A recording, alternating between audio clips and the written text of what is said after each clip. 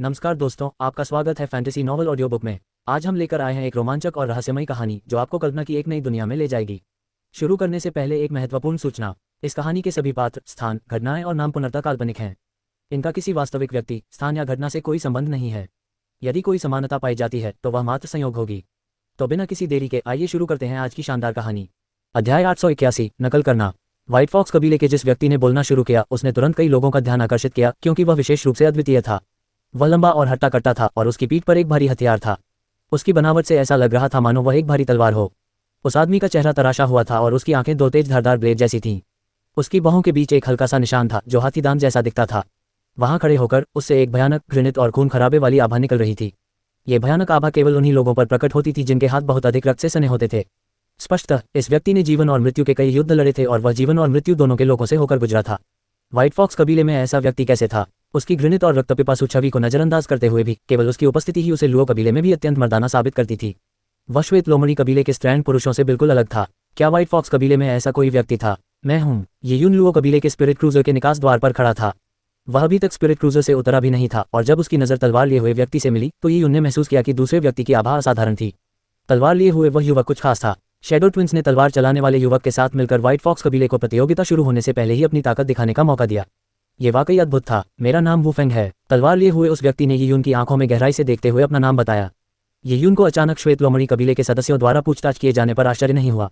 ये पूरी संभावना थी कि श्वेत लोमड़ी कबीले के अधिकांश लोगों ने उसका नाम सुना होगा। इसका कारण लुओ हुओ एर और बाय युएकिंग के बीच का टकराव ही था। ये यून ने अपना सिर थोड़ा झुकाया और राजकुमारी श्वेत लोमड़ी की ओर देखा। श्वेत लोमड़ी वंश में राजकुमारी श्वेत लोमड़ी का उच्च स्थान था जो लुओ हुआर से कम नहीं था। वही यून है। वो फैंग की प्रतिक्रिया काफी सामान्य थी, लेकिन व्हाइट फॉक्स कबीले के अन्य शिष्यों के लिए ये यून का नाम सुनकर वे शांत नहीं रह सके। तो क्या वही व्यक्ति है जिसने ये घोषणा की थी कि हमारे श्वेत लोमड़ी कबीले की राजकुमारी श्वेत लोमड़ी उसकी यात्रा साथी बनने के योग्य नहीं है? उसकी साधना का स्तर स्वर्गारोहण क्षेत्र के प्रारंभिक चरण में है। उसकी आधारभूत क्षमता ठीक ठाक है, लेकिन उसका शरीर अत्यंत दुर्बल है। अगर वह श्वेत लोमड़ी वंश में होता तो इतनी अकड़ दिखाने की हिम्मत करने पर मैं उसे नष्ट कर देता। क्या आपको लगता है कि वह सचमुच हमारी राजकुमारी के साथ यात्राओं में भागीदार नहीं बनना चाहता? शायद वह इसके लिए दिल से तरसता हो, लेकिन जानता हो कि यह असंभव है, इसलिए उसने घमंडी होने का दिखावा किया हो। हालांकि घमंडी होने के लिए उचित शक्ति और रुतबा होना जरूरी है। उसके पास इनमें से कुछ भी नहीं है। व्हाइट फॉक्स कबीले के कुछ युवा लड़के बिना किसी झिझक के ही उनका आकलन करते हुए फुसफुसाते हुए आपस में बातचीत कर रहे थे। उनकी निगाहें ये यून पर टिकी हुई थी, जैसे वे उसकी शारीरिक बनावट और जीवन शक्ति का परीक्षण कर रहे हों। उन्होंने पिछले कुछ दिनों में इन मामलों के बारे में सुना था और वे इस बात से बेहद क्रोधित थे। वे जानना चाहते थे कि वह घमंडी आदमी कैसा दिखता है। हालांकि उनकी बातचीत बहुत धीमी थी, फिर भी दूसरों को सुनाई दे रही थी। राजकुमारी श्वेत लोमड़ी ने थोड़ा सा भौहें चढ़ाईं और पीछे मुड़ी। उसने बात कर रहे युवकों की ओर देखा। उसके चेहरे पर नाखुशी के भाव थे। लुओ डिवाइन हॉल की परीक्षाएं अभी शुरू हुई हैं। हमारा हर कार्य और हर शब्द श्वेत लोमड़ी वंश का प्रतिनिधित्व करता है। परीक्षा से पहले भड़काऊ बातें करने से केवल दूसरों को हमारे प्रति असंवेदनशीलता ही होगी। राजकुमारी श्वेत लोमड़ी ने एक संदेश भेजा। व्हाइट फॉक्स के कुछ युवक भावुक हो गए और उनमें से किसी ने भी उसका खंडन करने की हिम्मत नहीं की। महामहिम, आपकी शिक्षाएं ज्ञानवर्धक हैं। शब्दों का कोई महत्व नहीं होता। जब परीक्षाएं शुरू होंगी तो हम उस अहंकारी को अपने श्वेत लोमड़ी कबीले की ताकत का एहसास करा देंगे। उन्हें लुओ हुओ एर और बाय युएकिंग के बीच होने वाली परीक्षाओं को लेकर शर्त के बारे में पता था। बाय युएकिंग ने उन्हें विशेष रूप से परीक्षाओं के महत्व के बारे में भी बताया था। शर्त के अलावा यदि वे परीक्षाओं में लुओ कबीले को हराने में सफल हो जाते तो लुओ कबीले और श्वेत लोमड़ी कबीले के बीच होने वाले आगामी गठबंधन में भी उन्हें बढ़त मिल जाती। इसमें कोई शक नहीं कि जो लोग परीक्षण में अच्छे परिणाम प्राप्त करने में सफल होंगे वे अपना नाम रोशन करेंगे। ये यून, क्या तुम नीचे नहीं आ रही हो? इस समय वू फेंग ने ये यून से कहा। जिस भूभाग पर लुओ डिवाइन हॉल स्थित था वहां शून्य के नियम अव्यवस्थित थे, जिससे युवाओं के लिए उड़ना मुश्किल हो रहा था। इससे पहले शैडो ट्विंस ने मिलकर शून्य में प्रवेश किया और नियमों को शांत किया। ये वास्तव में बहुत ही रोचक था। वो फेंग ये यून के कारनामों से अवगत था। वह उस व्यक्ति के बारे में बहुत उत्सुक था जो 72 प्रारंभिक चालों का उपयोग करके एक उत्कृष्ट अवशेष को परिष्कृत कर सकता था। देखते ही देखते कई लोग ये यून की ओर देखने लगे। हालांकि श्वेत लोमड़ी कबीले के कई शिष्य ये यून को नापसंद करते थे, फिर भी आदिम स्वर्ग में उड़ना बहुत आसान था। जिनके पास नियमशास्त्र की गहरी समझ है वे इसका सार तुरंत समझ सकेंगे, जिससे उन्हें अपनी स्थिति मजबूत करने में मदद मिलेगी। जिन देशों में कानून कमजोर होते हैं वे शुरू से अंत तक लड़खड़ाते रहते हैं और लगभग कभी संतुलन नहीं पा पाते। वे ये देखना चाहते थे कि ये यून को अपना संतुलन स्थापित करने में कितना समय लगेगा। ये यून ने स्पिरिट क्रूजर के बाहर के खालीपन पर नजर डाली। कुछ देर सोचते हुए उसने अपना पहला कदम बाहर रखा। जब उसका गुरुत्वाकर्षण केंद्र स्पिरिट क्रूजर से बाहर स्थानांतरित हुआ तो ये यून ने तुरंत आदिम स्वर्ग से संबंधित अराजक नियमों को देखा। यहाँ का स्थान अनेक प्रकार की मौलिक ऊर्जा से भरा हुआ था। ये न्यान की अंगड़ ऊर्जाएं, पंचतत्व, सृष्टि, स्थानिक कालिक, ये ऊर्जाएं उसके शरीर में तेजी से प्रवाहित हुई, मानो उसकी नाड़ियों से अनियंत्रित रूप से फूट रही हों। यदि उसकी नियमशास्त्रीय अंतर्दृष्टि अपर्याप्त थी तो उसके शरीर में मिश्रित असंख्य ऊर्जाओं के कारण यदि वह उन्हें नियंत्रित करने में विफल रहता तो वह उसी तरह पतन की ओर अग्रसर होता जैसे पहले के अन्य लुओ वंश के शिष्यों के साथ हुआ था। ये यून की चाल धीमी थी। वह एक एक कदम बढ़ाते हुए आगे बढ़ रहा था। बैंगनी क्रिस्टल की ऊर्जा दृष्टि में अराजक ऊर्जा अनगिनत अव्यवस्थित धागों की तरह दिख रही थी। ये यून इन धागों के केंद्र बिंदुओं पर ऐसे कदम रख रहा था जैसे किसी पतली रस्सी पर चल रहा हो। ये दृश्य ये यून को काफी रोचक लग रहा था। स्थिर रूप से चलना वास्तव में मुश्किल नहीं था, लेकिन अपनी ऊर्जा दृष्टि के साथ ये यून के मन में कई विचार आए। अरे वो ये यून क्या कर रही है? लोगों ने गौर किया कि ये यून शून्य में बहुत धीरे धीरे चल रहा था। वह हर कदम बड़ी सावधानी से उठा रहा था। उसकी नजरें अपने पैरों पर टिकी हुई थी, मानो वह किसी चट्टान के किनारे पर चल रहा हो और उसे डर हो कि वह कभी भी गिर सकता है। घोंघे की तरह रेंगने जैसी उसकी यह चाल सुरुचिपूर्ण नहीं कही जा सकती थी। वू फेंग, लुओमो और उनके साथियों की तुलना में वह कहीं कमतर था। वे तो 1 सेकंड से भी कम समय में अपना संतुलन बना लेते थे। ये यून आदिम स्वर्ग के अराजक नियमों के अनुकूल ढलने और अपना संतुलन बनाए रखने में इतना धीमा क्यों है? श्वेत लोमड़ी कबीले के एक युवक ने हंसते हुए कहा। जैसे ही वह यून का उपहास करने वाला था, वह अचानक चौंक गया। उसने देखा कि यून के पैरों के नीचे हल्की हल्की लहरें उठ रही थीं, ठीक वैसी ही लहरें जैसी शैडो ट्विंस ने बनाई थीं। हालांकि यून द्वारा उत्पन्न तरंगें बहुत ही धुंधली थीं। ऐसा प्रतीत होता था कि उसने अभी तक इसे पूरी तरह से नहीं समझा था, लेकिन फिर भी इसने बोलने वाले युवक को चकित कर दिया। वह शैडो ट्विंस की नकल कर रहा है, व्हाइट फॉक्स कबीले के युवक ने लड़खड़ाती आवाज में कहा। उसे कभी उम्मीद नहीं थी कि यून आदिम स्वर्ग में अपने पहले कदम में ही शैडो ट्विंस की नकल कर लेगा। वह केवल अपने पैरों का उपयोग करके अराजक और हिंसक ऊर्जाओं को शांत कर रहा था। और उन्होंने सचमुच ऐसा कर दिखाया। हालांकि उसने शैडो ट्विंस की तरह संयमित ढंग से ऐसा नहीं किया, लेकिन लोग जानते थे कि शैडो ट्विंस ने पहली बार आदिम स्वर्ग में कदम नहीं रखा था। वे पहले भी यहाँ आ चुके थे। राजकुमारी श्वेत लोमड़ी के बगल में छाया जुड़वा बहनें यून को देख रही थीं। उनके एक जैसे चेहरों पर आश्चर्य का भाव झलक रहा था और उन्होंने कहा, राजकुमारी, यून की बुद्धि वाकई अद्भुत है। अध्याय 882, प्राचीन परी आत्मा का अवशेष। शैडो ट्विंस हमेशा से व्हाइट फॉक्स कबीले में असाधारण थीं। जुड़वा बहनें होने के नाते उन्होंने एक साथ अपनी प्राचीन 9 पूंछ वाली लोमड़ी की वंश परंपरा को जागृत कर लिया था। उनकी वंशावली और सुंदरता के कारण वे स्वाभाविक रूप से बेहद लोकप्रिय थीं। इसलिए वर्तमान स्थिति में उनकी प्रशंसा पाने वाले लोग बहुत कम थे। हालांकि यून ने जो किया था उससे वे सचमुच चकित रह गए थे। आदिम ब्रह्मांड के अव्यवस्थित नियम समुद्र की उथल पुथल भरी लहरों की तरह थे। समुद्र की लहरें आसानी से अपना आकार बदल लेती थीं, लेकिन अगर कोई अपने पैरों से लहरों को समतल करने का प्रयास करे तो यह लगभग असंभव था। हालांकि शैडो ट्विंस की तुलना में यून की नकल करने की क्षमता अपेक्षाकृत अपरिपक्व थी, फिर भी यह बेहद दुर्लभ और मूल्यवान थी। इसके अलावा यून जितना आगे बढ़ता गया उसके लिए सब कुछ उतना ही आसान होता गया। वह धीरे धीरे अपनी गति भी बढ़ा रहा था। श्वेत लोमड़ी कबीले के वे प्रतिभाशाली लोग जिन्होंने पहले यून का उपहास किया था, स्थिति को देखकर क्षण भर के लिए अवाक रह गए। उनकी युद्ध क्षमता भले ही अत्यंत प्रबल थी, लेकिन वे स्वयं जानते थे कि वे अपने पैरों से अराजक ऊर्जाओं को कुचल नहीं सकते। इस समय वू फेंग ने कहा, लुओ वंश के प्रतिभाशाली लोगों को कम मत समझो। भले ही तुम श्वेत लोमड़ी वंश के सर्वश्रेष्ठ हो और श्वेत लोमड़ी वंश के इस स्नातक समूह की प्रतिभा पहले से कहीं अधिक है, लेकिन लुओ वंश भी प्रतिभा से भरा हुआ है। यह मत भूलो कि लुओ वंश का अस्तित्व और भी लंबा है। उन्होंने एक मजबूत नींव रखी है। जब आसपास के श्वेत लोमड़ी कबीले के प्रतिभाशाली लोगों ने यह सुना तो उनमें से कुछ चुप हो गए, जबकि अन्य आश्वस्त नहीं हुए। शून्य में व्याप्त अराजक ऊर्जाओं को समतल करने की क्षमता नियमों में श्रेष्ठता पर आधारित है। यून एक मनुष्य है, इसलिए इस मामले में उसका हमसे बेहतर होना स्वाभाविक है। मैंने सुना है कि लुओ कबीले के सामूहिक प्रशिक्षण में नियमों के प्रति उसकी अंतर्दृष्टि उत्कृष्ट थी। हालांकि अब असली मुकाबला तो वास्तविक युद्ध होगा। वास्तविक युद्ध ही तो हमारी सबसे बड़ी खूबी है। बिल्कुल सही, असली लड़ाई ही सब कुछ है। सिर्फ कानूनों का क्या फायदा? जैसे ही वास्तविक युद्ध का जिक्र हुआ, श्वेत लोमड़ी कबीले के शिष्य तुरंत चौकन्ने हो गए। लुओ दिव्य हॉल की परीक्षाओं का अंतिम परिणाम वास्तविक युद्ध पर निर्भर था, जिसका महत्व सबसे अधिक था। वुफेंग चुप रहा। फेजाती वास्तव में वास्तविक युद्ध कौशल में निपुण थी। यहाँ तक कि वुफेंग के लिए भी नियमशास्त्रीय अंतर्दृष्टि उसकी कमजोरी थी, जबकि वास्तविक युद्ध उसकी ताकत थी। वास्तविक युद्ध की बात करें तो वह पूरी तरह से आश्वस्त था। बेशक राजकुमारी व्हाइट फॉक्स की तुलना में वह बिल्कुल भी उसके बराबर नहीं था। राजकुमारी व्हाइट फॉक्स न केवल पूर्वजों के गुणों का उत्कृष्ट उदाहरण थी, बल्कि वह कानूनों के मामले में भी उतनी ही उत्कृष्ट थी, जिसे फेजाती अपनी कमजोरी मानती थी। लेकिन उसमें कोई कमजोरी नहीं थी। यदि राजकुमारी व्हाइट फॉक्स का लुओ हुआर के साथ अच्छा मेल न होता तो व्हाइट फॉक्स राजकुमार इतना आत्मविश्वासी न होता।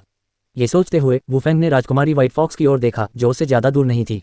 इस समय राजकुमारी श्वेत लोमड़ी यून को एक उदास निगाह से देख रही थी। उसकी निगाहें यून के पैरों की उंगलियों पर टिकी हुई थीं। उसकी आंखें किसी झील की चमकदार सतह की तरह बेहद पवित्र थीं। यून के पैरों से बनने वाली हर लहर उसकी आंखों में साफ झलक रही थी। नोंगिन, अगर यह पहली बार होता जब तुम आदिम स्वर्ग में आती, तो क्या तुम वही कर पाती जो उसने किया था? नोंगिन शैडो ट्विंस की बड़ी बहन थी, जबकि छोटी बहन का नाम नोंग्युए था। नोंगिन ने स्पष्ट रूप से अपना सिर हिलाया और कहा, नहीं। जैसे ही नोंगिन ने यह कहा, उसके बगल में खड़ी लाल वस्त्रधारी महिला बोली। लाल वस्त्रधारी महिला इस अभियान में श्वेत लोमड़ी कबीले का नेतृत्व कर रही थी, परी लाल लोमड़ी।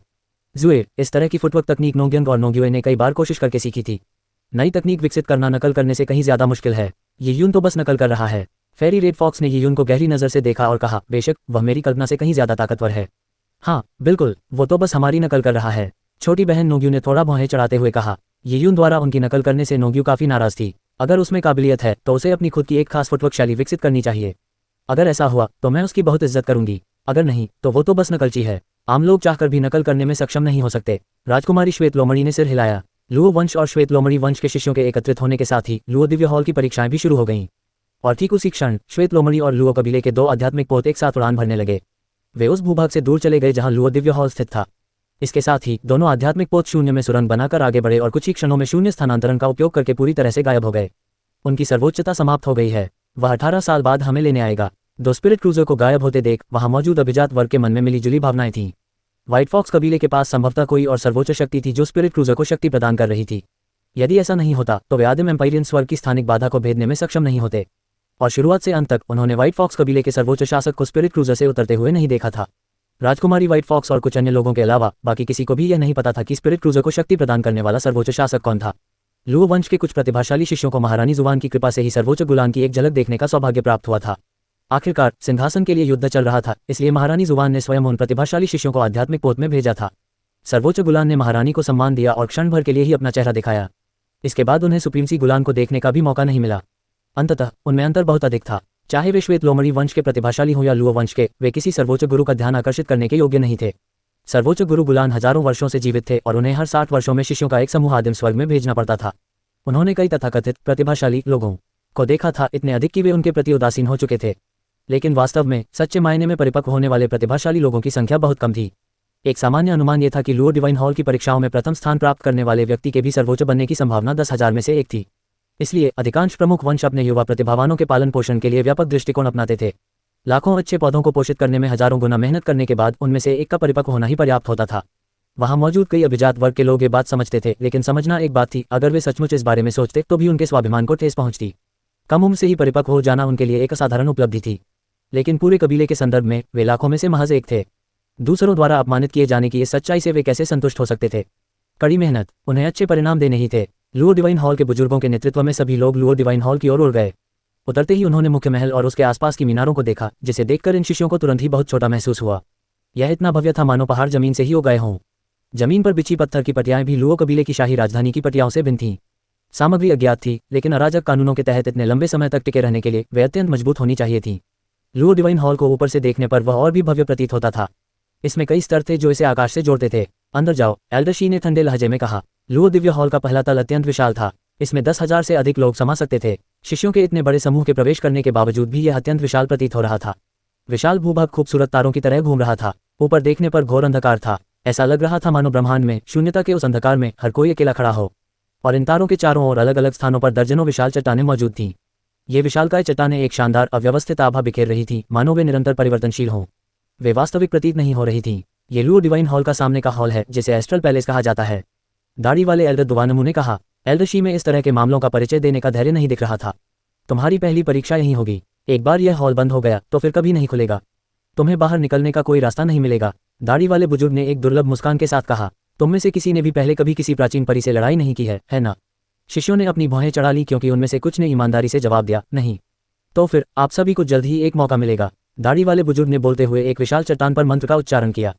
तारों से जगमगाती पृष्ठभूमि के बीच से प्रकाश की एक लकीर चमक उठी और उसके बाद अचानक उनके सिर के ऊपर अंधेरे से एक गुर्राहट सुनाई दी। ये दहाड़ सीधे उनके दिलों तक पहुंच गई। इसके बाद अचानक बड़े बदलाव हुए, क्योंकि काली गैसें एकत्रित होकर बादल बन गईं और पलक झपकते ही एक विशालकाय सिर प्रकट हो गया।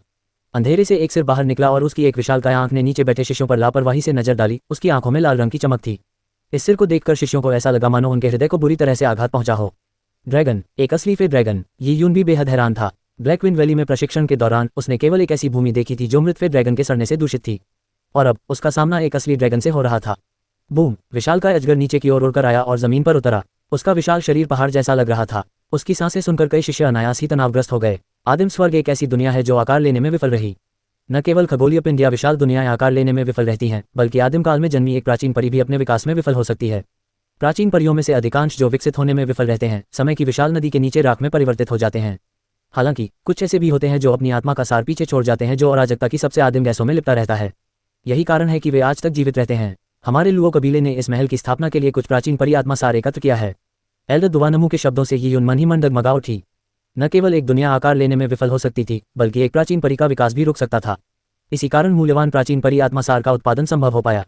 लुओ कबीले की सरणी संरचनाओं के उपयोग से इन प्राचीन परी आत्माओं के सार को पुनर्स्थापित किया गया। इसने एक अविश्वसनीय रूप से यथार्थवादी दिव्य ड्रैगन का चित्रण संभव बनाया। ये प्राचीन परी आत्मा का सार केवल लुओ कबीले तक ही सीमित नहीं है ना? ये यून ने धीमी आवाज में गूकिंग से पूछा। गूकिंग ने सिर हिलाते हुए कहा, स्वाभाविक रूप से हमारा लुओ वंश आदिम स्वर्ग के एक छोटे से हिस्से पर ही अधिकार रखता है। ये प्राचीन परी आत्मा सार अन्य वंशों और परिदेशों के पास भी हो सकते हैं। उदाहरण के लिए श्वेत लोमड़ी वंश की श्वेत लोमड़ी परीक्षाएं हमारे लुओ दिव्य हॉल की परीक्षाओं के समान ही हैं। ये यून ने सिर हिलाया। दोनों कबीले आदिम स्वर्ग में थे, इसलिए उनके पास मौजूद संसाधन लगभग एक जैसे थे। अतः ये स्वाभाविक था कि उनके द्वारा बनाए गए परीक्षण भी समान थे। ये यून ने दिव्य ड्रैगन पर एक और नजर डाली। सरणी संरचना द्वारा उत्पन्न प्राचीन परी की प्रेत छवि में एक ऐसे प्राचीन परी का आत्मासार समाहित था जो अपने विकास में असफल रहा था। इसकी शक्तियां स्पष्ट रूप से एक सच्चे ड्रैगन से अतुलनीय थी, लेकिन इसे आसानी से पराजित करना भी संभव नहीं था। इसी क्षण एल्डर शी ने बोलना शुरू किया। आपके सामने मौजूद ये विशालकाय चट्टानें फिर रिफाइनिंग रॉक्स के नाम से जानी जाती हैं। ये भी आदिम स्वर्ग से उत्पन्न हुई हैं। ऐसी विशेष दिव्य चट्टानें उन प्राचीन फे की आत्मा के सार को सील कर सकती हैं जो अपने विकास में असफल रहे हों और उन्हें लंबे समय तक सुरक्षित रख सकती हैं। ये हमारे लुओ कबीले की विरासत के प्रमुख स्तंभों में से एक है।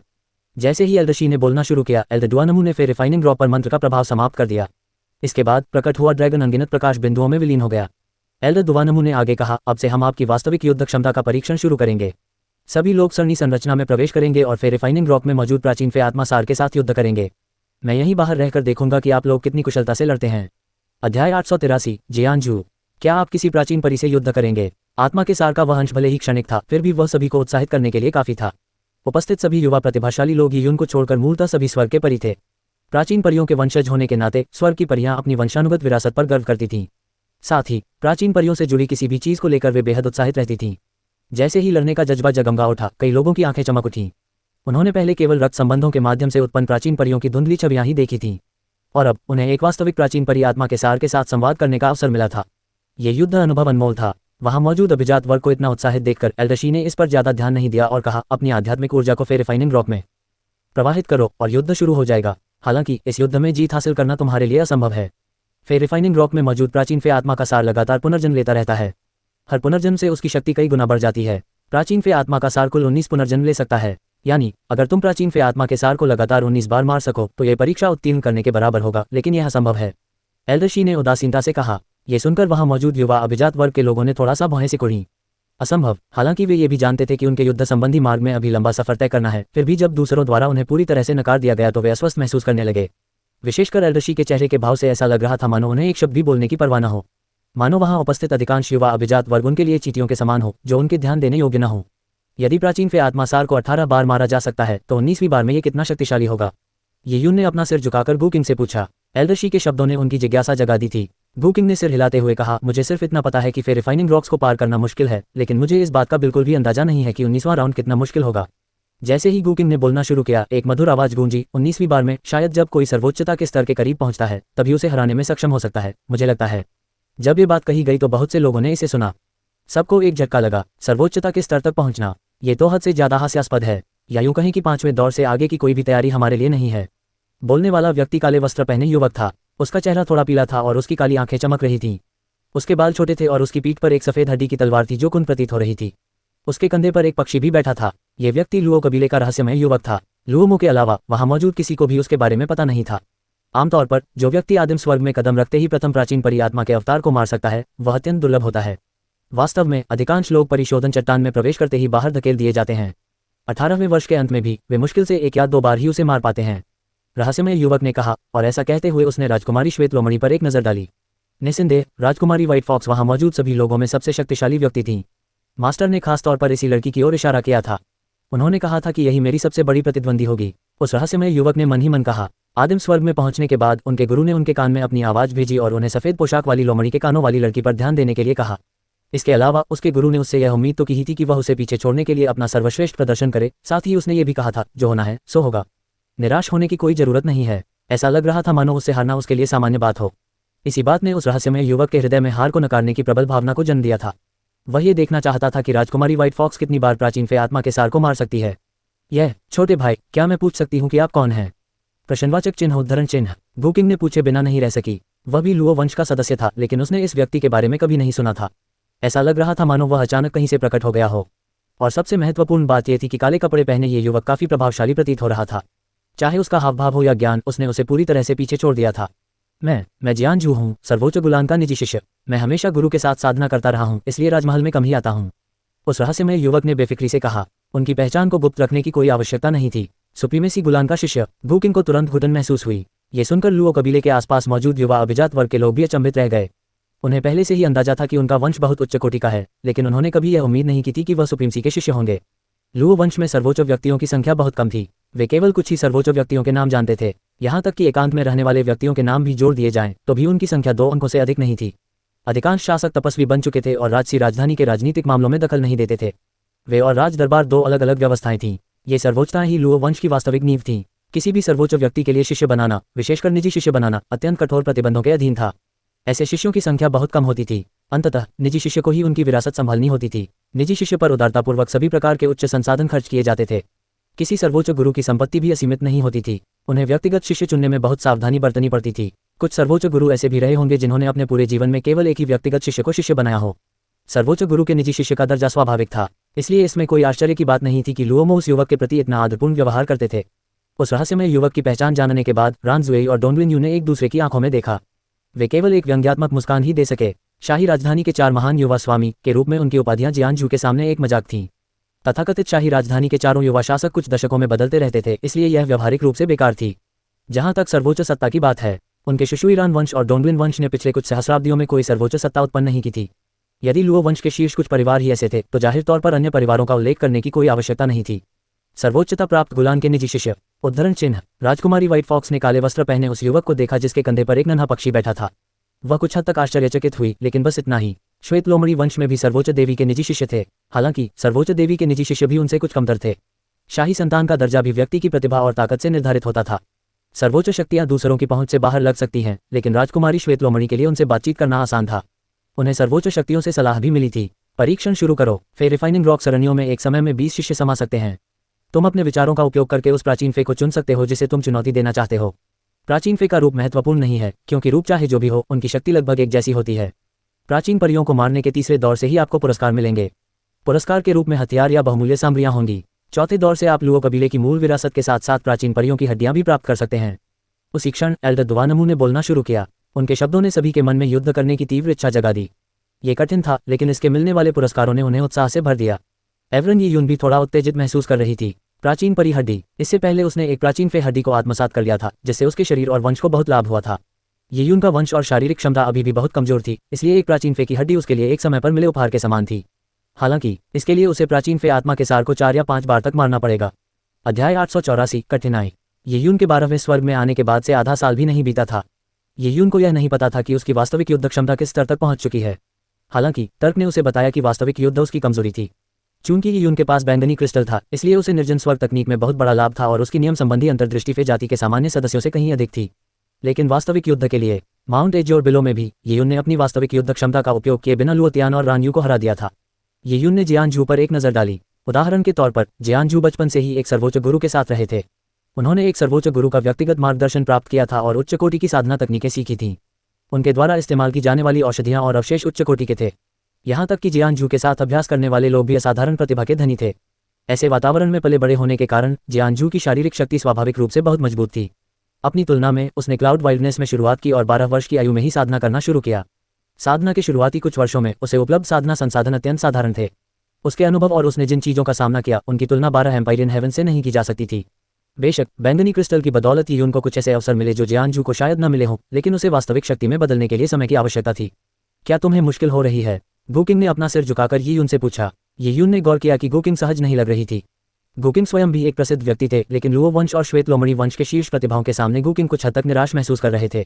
खूब डटकर मुकाबला करो और अपना पूरा जोर लगाओ। लुओ डिवाइन हॉल की परीक्षाएं बहुत लंबी चलेंगी। ये तो बस शुरुआत है। ये यून चिंतित नहीं था। उसकी उम्र अभी 40 साल भी नहीं हुई थी। उसका मार्शल आर्ट का मार्ग अभी अभी खुला था। एक पल का नुकसान उसके लिए कुछ भी नहीं था। इस समय कुछ लोग पहले ही फे रिफाइनिंग रॉक में प्रवेश कर चुके थे। एस्ट्रल पैलेस में कुल मिलाकर लगभग 40 फे रिफाइनिंग रॉक थे। बीच में स्थित मुख्य चट्टान एक घर के आकार की थी। उस समय 20 लोग अंदर जा सकते थे। जैसे ही वे सबसे बड़े फे रिफाइनिंग रॉक के सामने खड़े हुए, फे रिफाइनिंग रॉक से निकली एक किरण ने तुरंत 20 लोगों को एक साथ अपने अंदर समा लिया। अरे, शरीर भी इसमें लीन है। लगता है ये चेतना की लड़ाई नहीं, बल्कि एक वास्तविक शारीरिक लड़ाई है। वहां मौजूद अधिकांश अभिजात वर्ग इन 20 लोगों के युद्ध परिणामों की प्रतीक्षा कर रहे थे। उनमें से कई लोग एक प्राचीन परी से युद्ध करने के लिए उत्सुक थे ताकि वे अपना नाम रोशन कर सकें। चाहे यह हेल्दशी की उनके प्रति घृणा हो या राजकुमारी व्हाइट फॉक्स और जियानजू की पहचान, इन दोनों ने ही इन युवा अभिजात वर्ग के बीच प्रतिस्पर्धा की भावना को बढ़ावा दिया था। वे सभी स्वर्ग के गौरवान्वित बच्चे थे, इसलिए उनके हृदय में गर्व था। सर्वोच्च सत्ता का उत्तराधिकारी शक्तिशाली था, लेकिन अंतिम परिणाम की तुलना करना आवश्यक था। भले ही वे वास्तव में हार गए हों, वे इतनी बुरी तरह हारना नहीं चाहते थे। ठीक उसी समय जब सभी के मन में अलग अलग विचार आ रहे थे, पेंग एक धीमी सी धमक के साथ लुओ कबीले का एक शिष्य फे रिफाइनिंग रॉक में प्रवेश करने के लगभग 30 सेकंड बाद ही बाहर निकाल दिया गया। उसका चेहरा पीला पड़ गया और वह धड़ाम से जमीन पर गिर पड़ा। असफल। एल्डर दुवानमू अपने शब्दों को सोने के समान महत्व देते प्रतीत होते थे, इसलिए उन्होंने एक शब्द भी अतिरिक्त नहीं कहा। लुओ वंश का ये शिष्य प्राचीन परिप्रेत की छवि को भी नष्ट नहीं कर सका। वह केवल 30 सेकंड तक ही टिक पाया। अंतर बहुत ज्यादा था। एक घटना का कोई खास महत्व नहीं था, लेकिन उसके बाद बम बम बम, एक के बाद एक परीक्षार्थी निष्कासित होते चले गए। ये केवल लुओ वंश के शिष्यों तक ही सीमित नहीं था, यहाँ तक कि श्वेत लोमड़ी वंश के परीक्षार्थी भी कोई चमत्कार नहीं कर पाए। लगभग 5 मिनट तक टिकने के बाद उन्हें भी चट्टान से बाहर निकाल दिया गया। आखिरकार श्वेत लोमड़ी ने लुओ कबीले की परीक्षाओं में भाग लेने के लिए अपने कबीले के कुलीन लोगों को चुना था। चुने गए लोग स्वाभाविक रूप से बहुत बुरे नहीं थे। जो लोग केवल संख्या पूरी करने के लिए चुने गए थे, वे शायद अपने ही कबीले में रह गए होंगे। हालांकि विशेष रूप से चुने जाने के बावजूद ये लोग पहले प्राचीन फे आत्मासार को पराजित नहीं कर सके। फे रिफाइनिंग रॉक में सबसे पहले प्रवेश करने वाले सभी 20 लोग असफल हो गए हैं। एल्डर शी ने शांत भाव से परिणाम की घोषणा की। स्पष्टतः परिणाम उनकी अपेक्षाओं के अनुरूप ही था। सभी असफल रहे, यहाँ तक कि लिन यू भी असफल हो गई। वह केवल 3 मिनट तक ही टिक पाए। वह दक्षिण पश्चिम के 5 राज्यों की शीर्ष प्रतिभा है। यह माना जाता था कि लिन यू लुओ डिवाइन हॉल की परीक्षाओं में शानदार प्रदर्शन करेगी, लेकिन किसने सोचा था कि वह शुरुआत में ही असफल हो जाएगी। बोलने वाला लुओ वंश का शिष्य भी दक्षिण पश्चिम के 5 राज्यों में से एक था। वह आत्मविश्वास से भरा हुआ था, लेकिन लिन यू की इतनी बुरी तरह से हार देखकर वह अवाक रह गया। उन्हें ये तो नहीं पता था कि सर्वोच्च सत्ता का उत्तराधिकारी कितना शक्तिशाली होगा, लेकिन वे लिन यू की शक्ति से भलीभांति परिचित थे। वह जानता था कि वह लिन यू से कहीं अधिक कमजोर है। यदि लिन यू केवल 5 मिनट तक ही टिक पाया, तो वह संभवतः 3 मिनट से अधिक नहीं टिक पाएगा, और प्राचीन परी को हराना तो दूर की बात है। इसे देखकर कई लोगों के मन में ऐसे ही विचार आए। सभी को विश्वास हो गया कि वे असाधारण हैं और उनके साथ कोई चमत्कार होगा। हालांकि तर्क ने उन्हें बताया कि उनके लिए पहले चरण को भी पार करना लगभग असंभव था। शिष्यों के पहले समूह के चले जाने के बाद शिष्यों का दूसरा समूह उठ खड़ा हुआ। येयुन ने भीड़ में एक परिचित व्यक्ति को देखा, लुओ फेंगलिंग। लुओ डिवाइन हॉल की परीक्षाओं में भाग लेने के योग्य लोगों की संख्या बहुत अधिक थी। येयुन, वुकिंग और उनके साथी साधारण शिष्यों से उच्च कोटि के थे। वे समूह के आगे बैठे थे। लुओ फेंगलिंग, लुओ तियान और उनके साथी समूह में ही थे। इसी कारण येयुन लुओ फेंगलिंग को देख पाए। लुओ फेंगलिंग ने येयुन को देखकर मुस्कुराया। उसे चमत्कार करने की कोई उम्मीद नहीं थी। वह अच्छी तरह जानती थी कि उससे बेहतर कोई न कोई हमेशा होता है, और वह अभी भी उस स्तर से बहुत दूर है। अगर आप डटे रह सकते हैं, तो बेहतर है कि आप यथासंभव लंबे समय तक टिके रहें। जो लोग 5 मिनट से अधिक समय तक टिके रह सकते हैं, उन्हें इस परीक्षण में और अवसर दिए जाएंगे। अगर आप 5 मिनट भी नहीं टिक सकते, तो हो सकता है कि आपको इस परीक्षण से कुछ भी हासिल न हो। कई शिष्यों को असहज देखकर एक दुर्लभ घटना में एल्डर दुवानमू का स्वर नरम पड़ गया। 5 मिनट। पिछले टेस्ट में 20 लोगों में से केवल एक ही व्यक्ति 5 मिनट तक टिक पाया था। 5 मिनट तक टिके रहना भी बेहद मुश्किल लग रहा था। असफल, असफल, असफल। एल्डर दुवानमू लगातार एक ही शब्द दोहराते रहे। अब तक कोई भी व्यक्ति प्राचीन फे आत्मा के सार को धमकी देने में सक्षम नहीं हुआ था। ... सभी असफल हो गए। अगला बैच। पलक झपकते ही कुछ और दर्जन लोग बाहर हो गए। कुछ लोग तो 5 मिनट भी टिक नहीं पाते, प्राचीन परी को मारना तो दूर की बात है। समय बीतने के साथ अधिकांश शिष्य फे रिफाइनिंग रॉक में प्रवेश कर चुके थे। इसके बाद लुओ कबीले और व्हाइट फॉक्स कबीले के सच्चे अभिजात वर्ग का समय आया। अब तुम्हारी बारी है, ज्यादा निराश मत करना, एल्डर दुवानमू ने उदासीन भाव से कहा। लाल लोमड़ी परी खिलखिलाकर हंस पड़ी। हे, तुम्हारे लुओ कबीले की परिशोधन चट्टान सरणी मेरे सफेद लोमड़ी कबीले की सरणी से कहीं अधिक कठिन है। लेकिन फिर भी मुझे विश्वास है कि एल्डर दुवानमू अब और निराश नहीं होंगे। नोग्यंग, नोग्युए, ऊपर जाओ। लाल लोमड़ी नाम की परी ने बड़ी सहजता से जुड़वा बच्चों को चुन लिया। नोग्यंग, नोग्युए, श्वेत लोमड़ी वंश की छाया जुड़वा। एल्डर दुवानमू ने थोड़ा सा माथा सिकुड़ा। वे भली भांति जानते थे कि लुओ डिवाइन हॉल की इस परीक्षा में लुओ वंश की श्वेत लोमड़ी वंश से हार निश्चित थी। पहली बात तो ये कि श्वेत लोमड़ी वंश की यह पीढ़ी अत्यंत शक्तिशाली थी। दूसरी बात ये कि लुओ वंश के कई कुलीन योद्धाओं को श्वेत लोमड़ी वंश की परीक्षा में भाग लेने के लिए वहीं भेज दिया गया था। लुओ डिवाइन हॉल में रह गए योद्धा स्वाभाविक रूप से श्वेत लोमड़ी वंश के कुलीन योद्धाओं से कमतर थे। हालांकि ये जानते हुए भी, चाहे वह एल्डर दुवानमू हो या एल्डर शी, अगर वे वास्तव में हार जाते हैं तो वे फिर भी नाखुश होंगे। एल्डर दुवानमू ने जियान जू की ओर एक नजर डाली। लुओ कबीले में अब केवल जियान जू ही बचा था जो मोर्चा संभाले हुए था। हालांकि श्वेत लोमड़ी वंश में प्रतिभाशाली लोगों की संख्या बहुत अधिक थी। अब बारी राजकुमारी श्वेत लोमड़ी की नहीं, बल्कि छाया जुड़वा बहनों की थी। छाया जुड़वा बहनों के बाद वुफेंग का नंबर आता था, जिसकी शक्ति लगभग उनके बराबर ही थी। इस समय जियान जू का उपयोग करना जल्दबाजी होगी। ये सोचते हुए एल्डर दुवानमू ने बाकी लोगों की ओर देखा। लुओ कबीले के उच्च अधिकारियों ने निर्देश दिया था कि वे परीक्षाओं में अपनी स्थिति कमजोर न करें। एल्डर दुवानमू को उपस्थित सभी अभिजात वर्ग की शक्ति का भी सामान्य ज्ञान था। लुओ वंश के शिष्यों पर नजर घुमाते हुए उन्हें शैडो ट्विंस के बराबर कोई नहीं दिखा। वे सभी बहुत कमजोर थे। व्हाइट फॉक्स कबीले के हाथों इस मंच को हारना उनकी नियति थी। यह एक निर्विवाद परिणाम था। भूल जाओ, जब तक हमें बहुत बुरी तरह हार न मिले, तब तक हम बौनों में से ही सेनापति चुन सकते हैं। इसी विचार को ध्यान में रखते हुए एल्डर दुवानमू ने नामांकन किया। रेंजुई, डोंगलिन यू, वुक्विंग, येयुन, आप सभी ऊपर बढ़ें। उन्हें नामांकित किया गया था। येयुन ने गहरी सांस छोड़ी और वह फिर रिफाइनिंग रॉक की ओर चल पड़ा। हमारे विरोधी शैडो ट्विंस हैं। एल्डर दुवानमू ने शायद हमें बलि का बकरा बनाने के लिए ही नामांकित किया है। येयुन के बगल में खड़ी गुकिंग ने व्यंग्यात्मक मुस्कान के साथ कहा। गुकिंग आमतौर पर खुद को बहुत ऊंचा समझता था, लेकिन शैडो ट्विंस के सामने वह जरा भी गर्व महसूस नहीं कर सका। उसे बस भाग्य के आगे झुकना पड़ा और वास्तविकता को स्वीकार करना पड़ा। येयुन ने कोई टिप्पणी करने से इनकार कर दिया। उसने शैडो ट्विंस, नोग्यंग और नोग्युए को ध्यान से देखा। दोनों लंबी थी, उससे ज्यादा छोटी नहीं। उनकी टांगें लंबी और सीधी थीं, मानो उन्हें किसी पैमाने पर नापा गया हो। उनकी सुंदरता बेमिसाल थी और उनका व्यक्तित्व अत्यंत प्रभावशाली था। फिर रिफाइनिंग रॉक के सामने खड़े जुड़वा बच्चों ने सबका ध्यान अपनी ओर खींच लिया। वे दोनों लड़कियां सचमुच रहस्यमय थीं। 10,000 परियों के स्वर्ग में आने के बाद यीयुन ने बहुत कम लोगों से लड़ाई की थी। उसने माउंट फैंगलिंग पर केवल कुछ मामूली शिष्यों से ही मुकाबला किया था। उसे अभी 10,000 परियों के स्वर्ग के सच्चे प्रतिभाशाली लोगों से लड़ना बाकी था। यीयुन उनकी शक्ति का अंदाजा नहीं लगा सकता था। शैडो ट्विंस के साथ वास्तविक युद्ध प्रतियोगिता की बात आने पर यीयुन को वास्तव में ज्यादा आत्मविश्वास नहीं था। फिर रिफाइनिंग रॉक के सामने खड़ी नोग्यू ने यीयुन की ओर देखा। तुमने मुझसे और मेरी बहन से फुटवर्क सीखा है। ऐसा प्रतीत होता था कि नोग्यू को यीयुन द्वारा उनके फुटवर्क को सीखने से द्वेष था। ओह, यीयुन अवाक रह गया क्योंकि उसे समझ नहीं आ रहा था कि वह क्या प्रतिक्रिया दे। नोग्यू ने फिर कहा, तुम्हारा नाम यीयुन है ना? राजकुमारी जुएर ने तुम्हारी डेसोलेट हेवन तकनीक की तारीफ की थी और यहाँ तक कहा था कि इस परीक्षा में तुम मेरी और मेरी बहन की बराबरी कर सकती हो। लेकिन मुझे ऐसा नहीं लगता। कई कुलीन योद्धा भी जवानी में डेसोलेट हेवन तकनीक पर समय बर्बाद करना पसंद करते हैं। सिर्फ डेसोलेट हेवन तकनीक में निपुण होना ही काफी नहीं है। असली चीज तो ताकत है। मैं जानता हूं कि नियमशास्त्रीय अंतर्दृष्टि आपकी विशेषज्ञता है। लुओ दिव्य हॉल की परीक्षाओं में नियमों पर एक प्रतियोगिता होगी। मैं आपको उन्हीं नियमशास्त्रीय अंतर्दृष्टियों के आधार पर हरा दूंगा जिन पर आपको गर्व है। बेशक इन सब के लिए आपको फिर रिफाइनिंग रॉक सरनी में 5 मिनट तक टिके रहने में सक्षम होना होगा। नोग्यू के ऐसा कहने के बाद उसका सुंदर शरीर एक पल में ही फिर रिफाइनिंग रॉक में विलीन हो गया। यीयुन नोग्यू की पीठ को देखकर अवाक रह गया। उसने अभी अभी उसके पैरों की चाल सीखी ही थी कि उसे निशाना बनाया गया। जाहिर है, राजकुमारी श्वेत लोमड़ी ने पहले जो कहा था, शायद उसी वजह से नोग्यू उसे अपना प्रतिद्वंदी मान रही थी। ये सोचते हुए यीयुन ने राजकुमारी व्हाइट फॉक्स की ओर देखा और एक कदम आगे बढ़कर फिर रिफाइनिंग रॉक के पार कदम रख दिया। एक पल में ही यीयुन एक बिल्कुल अपरिचित स्थान में प्रवेश कर गई। अध्याय 885 प्राचीन परियों से युद्ध। यीयुन के सामने एक उजाड़ घास का मैदान था। कमर तक पहुंचने वाली लंबी घास पूरे मैदान में दूर दूर तक फैली हुई थी। यीयुन के अलावा बाकी सभी लोग गायब हो गए थे, यहाँ तक कि लुओ डिवाइन हॉल भी गायब हो गया था। जिस प्राचीन परी से तुम लड़ना चाहते हो उसे चुनो। अचानक एक आवाज यीयुन के दिमाग में गूंजी। उसी समय प्राचीन परियों के बारे में जानकारी उसके दिमाग में डाल दी गई। 100 से अधिक प्राचीन परियां विभिन्न आकारों और आकृतियों में प्रकट हुईं। यीयुन ने उनके बीच 3 पैरों वाले सुनहरे कौवे और 9 नवजात शिशुओं को भी देखा। 3 पैरों वाला सुनहरा कौवा और 9 नवजात शिशु 2 सबसे शक्तिशाली प्राचीन परियों में गिने जाते थे। यीयुन को उनके बारे में अच्छी समझ थी क्योंकि वे उसके पहलू प्रतीक थे। हालांकि केवल उन्हें समझना ही काफी नहीं था। आखिरकार स्वर्ग की सभी परियों फिर रिफाइनिंग रॉक ने फिर रिफाइनिंग रॉक में प्रवेश किया था और उन सभी के अपने अपने प्राचीन परी पूर्वज थे। जाहिर है, वे अपने पूर्वजों को बहुत अच्छी तरह समझते थे। फिर भी ये देखना बाकी है कि किसने किसी प्राचीन परी को हराया था। इसके अलावा यदि वह किसी ऐसे प्राचीन परी को चुनता है जो उसी के नियमों का पालन करता है, तो उन नियमों का उपयोग करने पर उसके द्वारा पहुंचाई जाने वाली क्षति की मात्रा बहुत सीमित हो जाएगी। उदाहरण के लिए, यदि यीयुन 3 टांगों वाले सुनहरे कौवे को मारने के लिए शुद्धयान नियमों का उपयोग करना चाहता है। कठिन 3 पैरों वाले सुनहरे कौवे के शुद्धयान नियम केवल यीयुन के नियमों से ही श्रेष्ठ होंगे। किसी प्राचीन परी को हराना, भले ही वह केवल आत्मा का सार ही क्यों न हो, वर्तमान यीयुन के लिए बहुत मुश्किल काम था।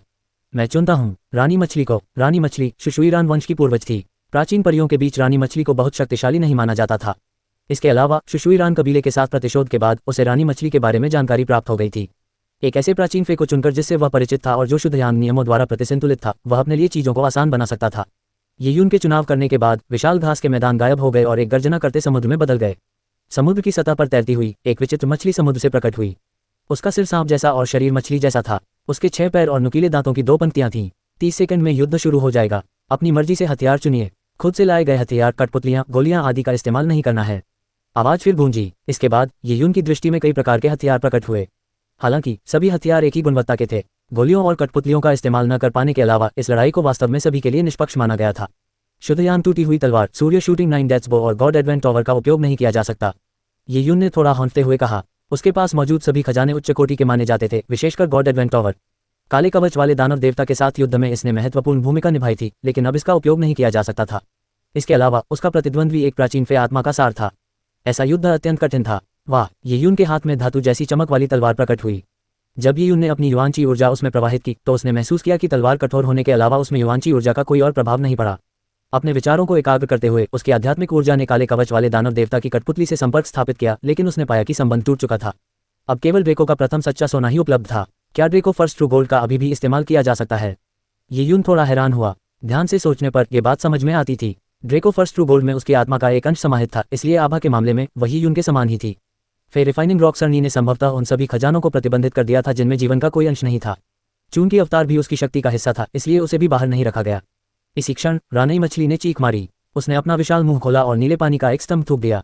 पानी का स्तंभ आकाश में बिखर गया और पानी की बूंदों में विभाजित हो गया, जो सीधे ही उनकी ओर बढ़ी। साफ पानी की बूंदों में अपार शक्ति समाहित थी। उनमें से प्रत्येक दिव्य धातु की तरह कठोर थी और वे शक्तिशाली घातक हथियार थीं। यीयुन ने तेजी से पीछे हटते हुए बाहर की ओर वार किया। चा चा चा, उसकी तलवार की किरणें पानी की बूंदों से टकराते ही एक जाल की तरह आपस में गुंथ गईं और उन्हें बिखेर दिया। हालांकि फटने के बाद वे बिखरी नहीं बल्कि बहुत जल्दी जम गईं। वहीं येयुन की तलवार की किरणें बूंदों के बीच के अंतराल से ही गुजरी, उन पर कोई असर नहीं पड़ा। तलवार पानी के प्रवाह को रोक नहीं सकती थी और जल पर आधारित प्राचीन परी होने के नाते रानई मछली जल नियमों में समान रूप से निपुण थी। इसने येयुन पर चारों ओर से आ रही पानी की बूंदों को जमा दिया। थाउजेंड स्नो डोमेन एक विचार के साथ ही उसके चारों ओर उड़ती हुई तलवारों का एक समुद्र बन गया। ये 1000 बर्फ वाली उड़ने वाली तलवारें नहीं थीं, क्योंकि येयुन केवल एक साधारण तलवारों की श्रृंखला का ही उपयोग कर सकता था। हालांकि तलवारों की गुणवत्ता कमजोर थी, फिर भी तलवारों की श्रृंखला की शक्ति बरकरार थी। पानी की बूंदों को एक बार फिर से काट दिया गया। तलवारों की अनियंत्रित किरणों ने अनगिनत पानी की बूंदों को काटकर पानी की धुंध में बदल दिया। हालांकि येयुन अच्छी तरह जानता था कि पानी की धुंध तुरंत जम जाएगी। उसके पास अपने लिए बहुत कम समय था। येयुन का शरीर तीर की तरह आगे बढ़ा। उसने पानी की बूंदों को जमने के लिए आवश्यक 1 सेकंड के 100वें हिस्से का उपयोग किया और पानी की धुंध को चीरते हुए रानी मछली पर हमला कर दिया। रानी मछली को मारने के लिए उसे उसके शरीर पर प्रहार करना आवश्यक था। जैसे ही येयुन रानी मछली के पास पहुंचा, उसने अपना जबड़ा खोला और येयुन को काटने की कोशिश की। जैसे ही रानी मछली ने अपना मुंह खोला, उसमें से एक तीखी और मछली जैसी गंध निकली। ये किसी भी तरह से किसी प्रेत जैसी नहीं थी, यह एक असली प्राचीन परी जैसी थी। संभवतः यह आत्मा के सार द्वारा निर्मित होने का प्रभाव था। मरना। येयुन ने महान महारानी हृदय सूत्र का जाप किया और उसकी सारी शुद्ध यांग शक्ति फूट पड़ी। सूर्य के समान एक प्रज्वलित प्रहार हुआ। इस प्रहार में प्योयांग स्वॉर्ड पैलेस की तलवार की शक्ति समाहित थी। इस एक ही प्रहार से आकाश का रंग बदल गया। जिस समुद्र में रानी मछली छिपी हुई थी, वह येयुन के प्रहार से 2 भागों में बंट गया। ऐसा लगा मानो एक नीली खाई खुल गई हो और पानी की सतह चट्टानों की तरह ऊपर उठ गई हो। भारी मात्रा में समुद्री जल झरने की तरह नीचे गिरने लगा। खून के छींटे पड़े। येयुन के हमले से रानी मछली घायल हो गई थी। हालांकि जिस क्षण तलवार की किरण रानी मछली के शरीर को भेद गई, येयुन का दिल जोर से धड़कने लगा। उसने महसूस किया कि जैसे ही तलवार की किरण रानी मछली के शरीर को भेदी, उसके आंतरिक अंग पानी की धारा की तरह वार से बच निकले। किरण ने वास्तव में रानी मछली के महत्वपूर्ण अंगों को कोई चोट नहीं पहुंचाई। क्या ये भी जल कानूनों का ही प्रभाव था? येयुन के पास इस पर विचार करने का समय नहीं था। घायल रानी मछली में अभी भी भयानक आक्रमण शक्ति थी। उसने अपना मुंह खोला और पानी के नियमों से बनी एक नीली तलवार उगल दी। इतनी कम दूरी और तलवार की अत्यधिक तेज गति को देखते हुए इससे बचना लगभग असंभव था। पेंग। एक पल में ही ड्रैको फर्स्ट ट्रू गोल्ड येयुन के सामने प्रकट हो गया। उसने तलवार के वार को रोकने के लिए अपने हाथ में एक कृपाण पकड़ रखी थी, लेकिन फिर भी उस भयानक शक्ति ने ड्रैको फर्स्ट ट्रू गोल्ड को पीछे की ओर उड़ा दिया। रानी मछली ने एक बार फिर हमला किया। जैसे ही वह येयुन के सिर को काटने वाली थी, येयुन ने अपना सिर एक तरफ झुका लिया। वाह! 999,000 बर्फ से बनी उड़ने वाली तलवारों ने उस जगह पर एक चांदी की पट्टी बनाई जहां पहले येयुन का सिर था और सीधे रानी मछली के मुंह में जा घुसी। जैसे ही उड़ती हुई तलवार रानी मछली के गले को भेद गई, येयुन को फिर से वही अजीब सी अनुभूति हुई।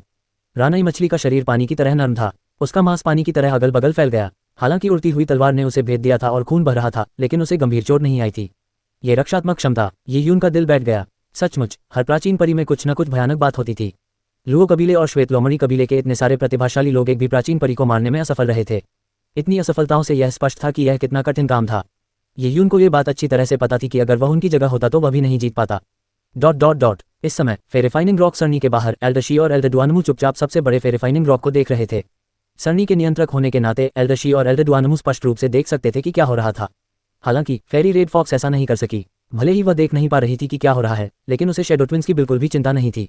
लेकिन लुओ कबीले की बात अलग थी। अगर वह किसी सर्वोच्च शासक का उत्तराधिकारी होता तो शायद उस पर नजर रखना जरूरी होता, लेकिन अगर कोई और होता तो उसमें बहुत बड़ी कमी होती। लाल लोमड़ी परी ने मुस्कुराते हुए पूछा, बुजुर्गों, आप क्या देख रहे हैं? क्या आप मुझे बता सकते हैं? एल्डडुआनमू की पलकें हिलीं और उन्होंने कहा, लड़ाइयाँ बहुत तीव्र हैं। उनमें से कई अपनी चरम सीमा के करीब हैं। हे, लाल लोमड़ी परी ने मोहक अंदाज में हंसते हुए कहा, इतनी देर तक टिके रहना बुरा नहीं है। लगता है कि इस बार तुमने जो लुओ कुल के शिष्य भेजे हैं वे अभी भी काफी अच्छे हैं। मुझे आश्चर्य है कि मेरी तरफ की दोनों छोटी लड़कियां कैसी हैं। फेरी रेड फॉक्स के लहजे से एल्डडुआनमू बेहद नाराज हो गए। फेरी रेड फॉक्स दुवानमू से कम एक कनिष्ठ था, इसलिए जाहिर तौर पर दुवानमू को अपने सामने एक कनिष्ठ व्यक्ति का इतना अभिमानपूर्ण व्यवहार देखकर नाराजगी हुई। इसके अलावा उसके पास अपनी आत्मसंतुष्टि को पुष्ट करने के लिए पर्याप्त सबूत भी थे। एल्डडुआनमू ने थोड़ा भौहें चढ़ाते हुए कहा, नोग्यंग और नोग्युए दोनों ने एक प्राचीन परी को मार डाला है। जब एल्डडुआनमू ने यह कहा तो सभी शिष्य चकित रह गए। एक को तो मार ही दिया। इससे पहले सभी लोग असफल रहे थे। उनका मूल्यांकन केवल उनके टिके रहने की अवधि के आधार पर किया जा सकता था।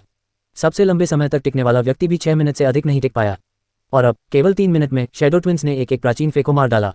यह अंतर बहुत बड़ा था। वहां मौजूद प्रतिभाशाली लोगों के चेहरे बिगड़ गए। उन्हें यह बहुत असहज लगा। सभी लोग कुलीन वर्ग के थे, लेकिन वे नोग्यंग और नोग्युए से इतनी दूर क्यों थे? एल्डडुआनमू का जवाब सुनकर फेरी रेड फॉक्स ने मुस्कुराते हुए कहा, नोग्यंग और नोग्युए संयुक्त हमलों में माहिर हैं। उन्हें अलग करने से उनकी युद्ध शक्ति काफी कम हो जाएगी। फिर भी 3 मिनट में एक प्राचीन फे को मारना संभव है। अध्याय 886, रानी मछली को मारना। जब फेरी रेड फॉक्स ने यह कहा तो आसपास मौजूद लुओ कबीले के कुलीन लोग अवाक रह गए। 3 मिनट में एक प्राचीन फे को मार डालने के बावजूद फेरी रेड फॉक्स ने दावा किया था कि शैडो ट्विंस अकेले लड़ने में नहीं बल्कि संयुक्त हमलों में कुशल थे। हालांकि वे जानती थीं कि फेरी रेड फॉक्स ये शब्द दिखावे के लिए जानबूझकर कह रही थी, लेकिन उन्होंने ये भी अनुमान लगा लिया था कि उसकी बात सच है। जुड़वां होने के नाते नोग्यंग और नोग्युए शायद एक मत थीं। संयुक्त रूप से साधना करने पर वे निश्चित रूप से आधे प्रयास से दोगुने परिणाम प्राप्त कर सकती थीं। शैडो ट्विंस बेहद ऊंचे और पहुंच से बाहर प्रतीत होते थे। वे इतने ऊंचे आसन पर विराजमान थे कि लुओ डिवाइन हॉल में उपस्थित लुओ वंश की युवा पीढ़ी में से केवल जियान जू ही उन तक पहुंच सकता था। इस बारे में सोचते हुए कई लोगों ने जियान जू की ओर देखा। अपनी पीठ के पीछे हड्डी की तलवार लिए जियान जू ने एल्डर दुवानमू की ओर देखा और पूछा, सीनियर दुवानमू, शैडो ट्विंस के अलावा बाकी सब कैसे हैं? बाकी लोग? दुवानमू ने सिर हिलाया। वे धीरे धीरे अपनी सीमा के करीब पहुंच रहे हैं। रानजुई शायद सबसे लंबे समय तक टिक पाएगा। उसने अब तक अपनी ताकत बचाकर रखी है और उसकी लगभग 60% शक्ति बची है। जहां तक गुकिंग की बात है, उसकी नींव अभी भी अपेक्षाकृत कमजोर है। वह रानजुई से जल्दी हार जाएगा। अपनी ताकत बचाना, ये तो वाकई समझदारी भरा तरीका है। लाल लोमड़ी परी ने व्यंग्य करते हुए हंसते हुए कहा। फे रिफाइनिंग रॉक सरनी में यदि कोई प्राचीन फे को नहीं मार पाता तो यह इस बात पर निर्भर करता कि वह कितने समय तक टिक पाता है। जितना अधिक समय तक कोई टिक पाता उतना ही अच्छा परिणाम उसे मिलता। इसलिए अपनी शक्ति बचाने के उद्देश्य से रानजुई ने सरनी में प्रवेश करते ही समय बिताने के लिए बचाव के दांव पेच शुरू कर दिए थे। वह ऐसी स्थिति में काफी देर तक टिक सकता था, लेकिन इसका मतलब था प्राचीन परियों को हराने की संभावना को त्याग देना। इसके विपरीत कोई असाधारण व्यक्ति अदम्य साहस के साथ प्राचीन परियों को हराने की उस आशा की किरण के लिए लड़ता, चाहे परिस्थितियां कितनी भी प्रतिकूल क्यों न हो। ये यून का क्या हाल है? ये यून कैसी है? जियान जू ने फिर पूछा। ये यून जमकर लड़ रहा है और अपनी काफी ताकत खर्च कर रहा है। अगर यही सिलसिला चलता रहा तो शायद वह 5 मिनट भी टिक ना पाए। 5 मिनट से भी कम? तो फिर क्या उसे बहुत जल्द निष्कासित नहीं कर दिया जाएगा? हालांकि ये यून मनुष्य था, फिर भी वह लुओ कबीले का सदस्य था। उपस्थित लुओ कबीले के कई शिष्य चाहते थे कि यून लुओ कबीले का नाम रोशन करे। भले ही वह हार जाए, वे नहीं चाहते थे कि उसकी हार बहुत बुरी हो। हालांकि एक प्राचीन परी आत्मा को हराना असंभव था, फिर भी अगर वह लंबे समय तक टिक पाता तो यह उनके लिए गर्व की बात होती। वह ज्यादा देर तक टिक नहीं पाएगा। हालांकि ओह, एल्डर दुआनमू का दिल अचानक धड़कना बंद हो गया और उनकी आंखों में आश्चर्य का भाव आ गया, जो फिर रिफाइनिंग रॉक को भूल रही थी। Dot dot dot boom! Draco first true gold अवतार को एक बार फिर यून से जोरदार झटका लगा और वह पीछे की ओर गिर गया। वाह! शुद्धयांग ज्वालाओं से जलता हुआ एक प्रचंड तीर रानई मछली की सर्पनुमा गर्दन पर सीधा जा लगा। जैसे ही वह तीर रानी मछली के शरीर को भेदता हुआ अंदर घुसा, खून की बारिश फूट पड़ी। हालांकि रानी मछली के शरीर में फिर से ध्रुवीकरण की घटना घटी। इसने तीर की अधिकांश शक्ति को बिखेर दिया और उसे केवल मामूली चोटें ही आईं। इस तरह की अजीब रक्षात्मक रणनीति के साथ यून अच्छी तरह जानता था कि अगर यह सिलसिला जारी रहा तो उसकी हार निश्चित है। सुनहरा कौवा! यून दहाड़ा और उसके पीछे 3 पैरों वाला सुनहरा कौवा एस्पेक्ट टोटेम प्रकट हुआ। उसी समय उसके पीछे तांग घाटी की प्रेत छवि भी प्रकट हुई। घाटी में उठती भयंकर ज्वालाओं ने धरती को आकाश से जोड़ दिया। घाटी के ऊपर एक फुसांग वृक्ष सीधा खड़ा था और उसकी चोटी पर 10 चकाचौंध कर देने वाले सूर्य लटक रहे थे। फुसांग से 10 सूर्य, जो शुद्धयांग में महारत हासिल करते हैं। रानाई मछली अपनी रक्षा के लिए जल के नियमों का उपयोग करती थी, जिससे उसका शरीर बहते पानी की तरह व्यवहार करता था। उस पर किए गए वार लगभग नगण्य प्रतिक्रिया देते थे। केवल शुद्धयांग की शक्ति ही उसे थोड़ा नुकसान पहुंचा सकती थी, लेकिन वह पर्याप्त नहीं था। ये यून की युवांची घट रही थी। अगर उसे रानाई मछली के साथ खर्च में प्रतिस्पर्धा करनी थी तो अंततः उसकी हार निश्चित थी। उसे एक ही वार में जीत हासिल करनी थी। ये यून दहाड़ा और 3 पैरों वाला सुनहरा कौवा चीखते हुए ये यून के हाथों में मौजूद तलवार में समाहित हो गया। तलवार एक झिलमिलाती लौ से जल रही थी, मानो वह पिघलने ही वाली हो। आह! रानाई मछली ने मुंह खोलकर ये यून को काटते हुए चीख मारी। रानाई मछली का हमला करने का यही आम तरीका था और ये यून भी इसी मौके का इंतजार कर रहा था। उसने महान महारानी हृदय सूत्र का पूरा इस्तेमाल किया और अपनी तलवार के साथ रानाई मछली के खुले हुए मुंह पर हमला कर दिया। तलवारधारी! बूम! ये यून सीधे रानाई मछली के पेट की ओर दौड़ा। उसके चारों ओर शुद्धयांग ज्वालाएं जल रही थीं। रानी मछली का शरीर एक बार फिर तरल रूप में परिवर्तित हो गया, क्योंकि वह चाहती थी कि यून उसके शरीर से होकर गुजरे। लेकिन इस क्षण यून ने दृढ़ निश्चय कर लिया, क्योंकि उसके प्रमुख एक्यूपंक्चर बिंदुओं में मौजूद सभी शुद्धयांग शक्ति एक ज्वालामुखी के विस्फोट की तरह बाहर निकल आए। Golden crow inferno immersion blazing into the ether! यून के चारों ओर का वातावरण आग के सागर में तब्दील हो गया था।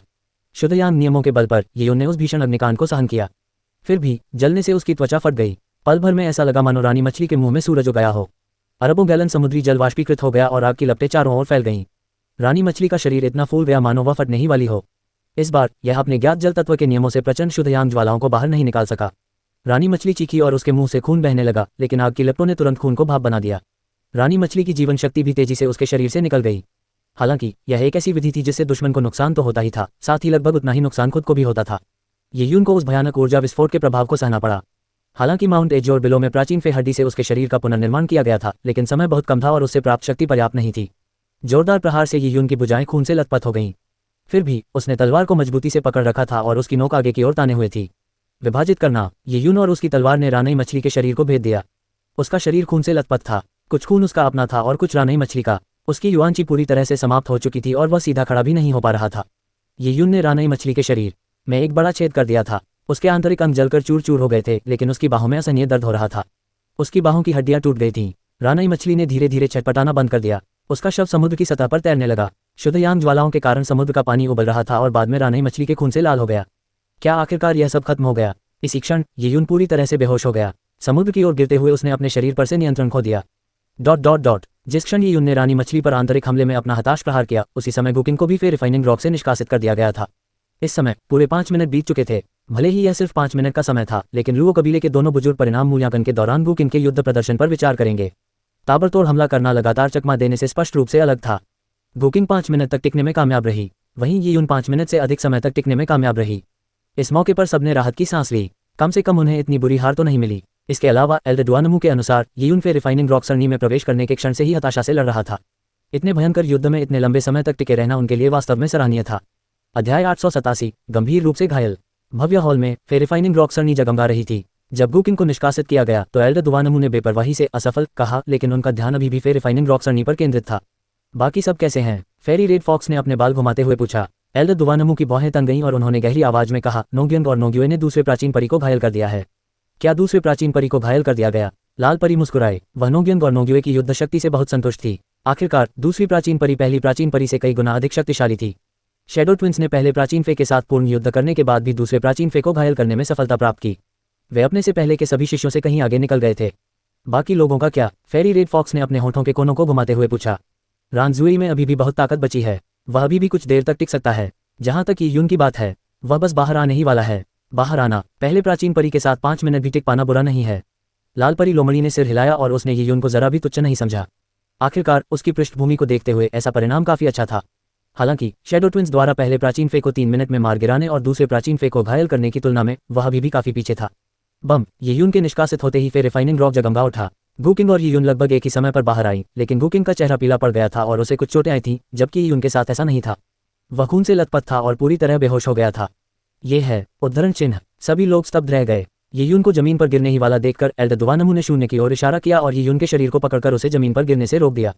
वह इतनी गंभीर रूप से घायल हो गया था। यियून के शरीर का एक भी अंग ठीक नहीं था। उसकी युआनची भी पूरी तरह से खत्म हो चुकी थी। ये तो सिर्फ एक परीक्षण था, क्या इसके लिए इतनी हद तक जाने की जरूरत थी? प्रश्नवाचक चिन्ह। फे रिफाइनिंग रॉक में एक प्राचीन फे से लड़ना कोई भ्रम नहीं था। यह एक अंतरस्थानिक क्षेत्र में वास्तविक युद्ध था। हालांकि एल्डर दुआनमू देख रहे थे और मृत्यु की संभावना कम थी, लेकिन गंभीर रूप से घायल होने से आगामी परीक्षाओं पर असर पड़ सकता था। प्राचीन परियों की अत्यधिक शक्ति को देखते हुए जब लोगों को एहसास हुआ कि वे उनका मुकाबला नहीं कर सकते, तो उनमें से कई ने उनसे दूरी बनाना शुरू कर दिया। यियून जैसे कुछ ही लोग थे जिन्होंने इतनी बहादुरी से लड़ाई लड़ी। वह इतनी बुरी तरह घायल हो गया। वह बदमाश तो मूर्ख है। उसे अपनी साधना के लिए कुछ ताकत बचा लेनी चाहिए थी। इतनी बुरी तरह घायल होने से कोई फायदा नहीं है। कई लोग सिर हिला रहे थे। हालांकि रानजुई की रणनीति कुछ हद तक कपटपूर्ण थी, फिर भी इसे काफी अच्छी रणनीति माना जा रहा था। हिट एंड रन की रणनीति अपनाकर समय बिताना यियून की तरह दयनीय स्थिति में रहने से कहीं बेहतर था। जैसे ही सभी लोग एल्डर दुआनमू द्वारा यियून की असफलता की घोषणा का इंतजार कर रहे थे, वे एल्डर दुआनमू को चुपचाप यियून को देखते हुए देखकर आश्चर्यचकित रह गए। क्यों बुजुर्गों, आप दोनों क्या देख रहे हैं? परीलाल लोमड़ी ने मुस्कुराते हुए एल्डर शी और एल्डर दुआनमू से पूछा। एल्डर दुआनमू कुछ देर चुप रहने के बाद बोले, यियून जीत गया। उसने पहले प्राचीन परी को मार डाला।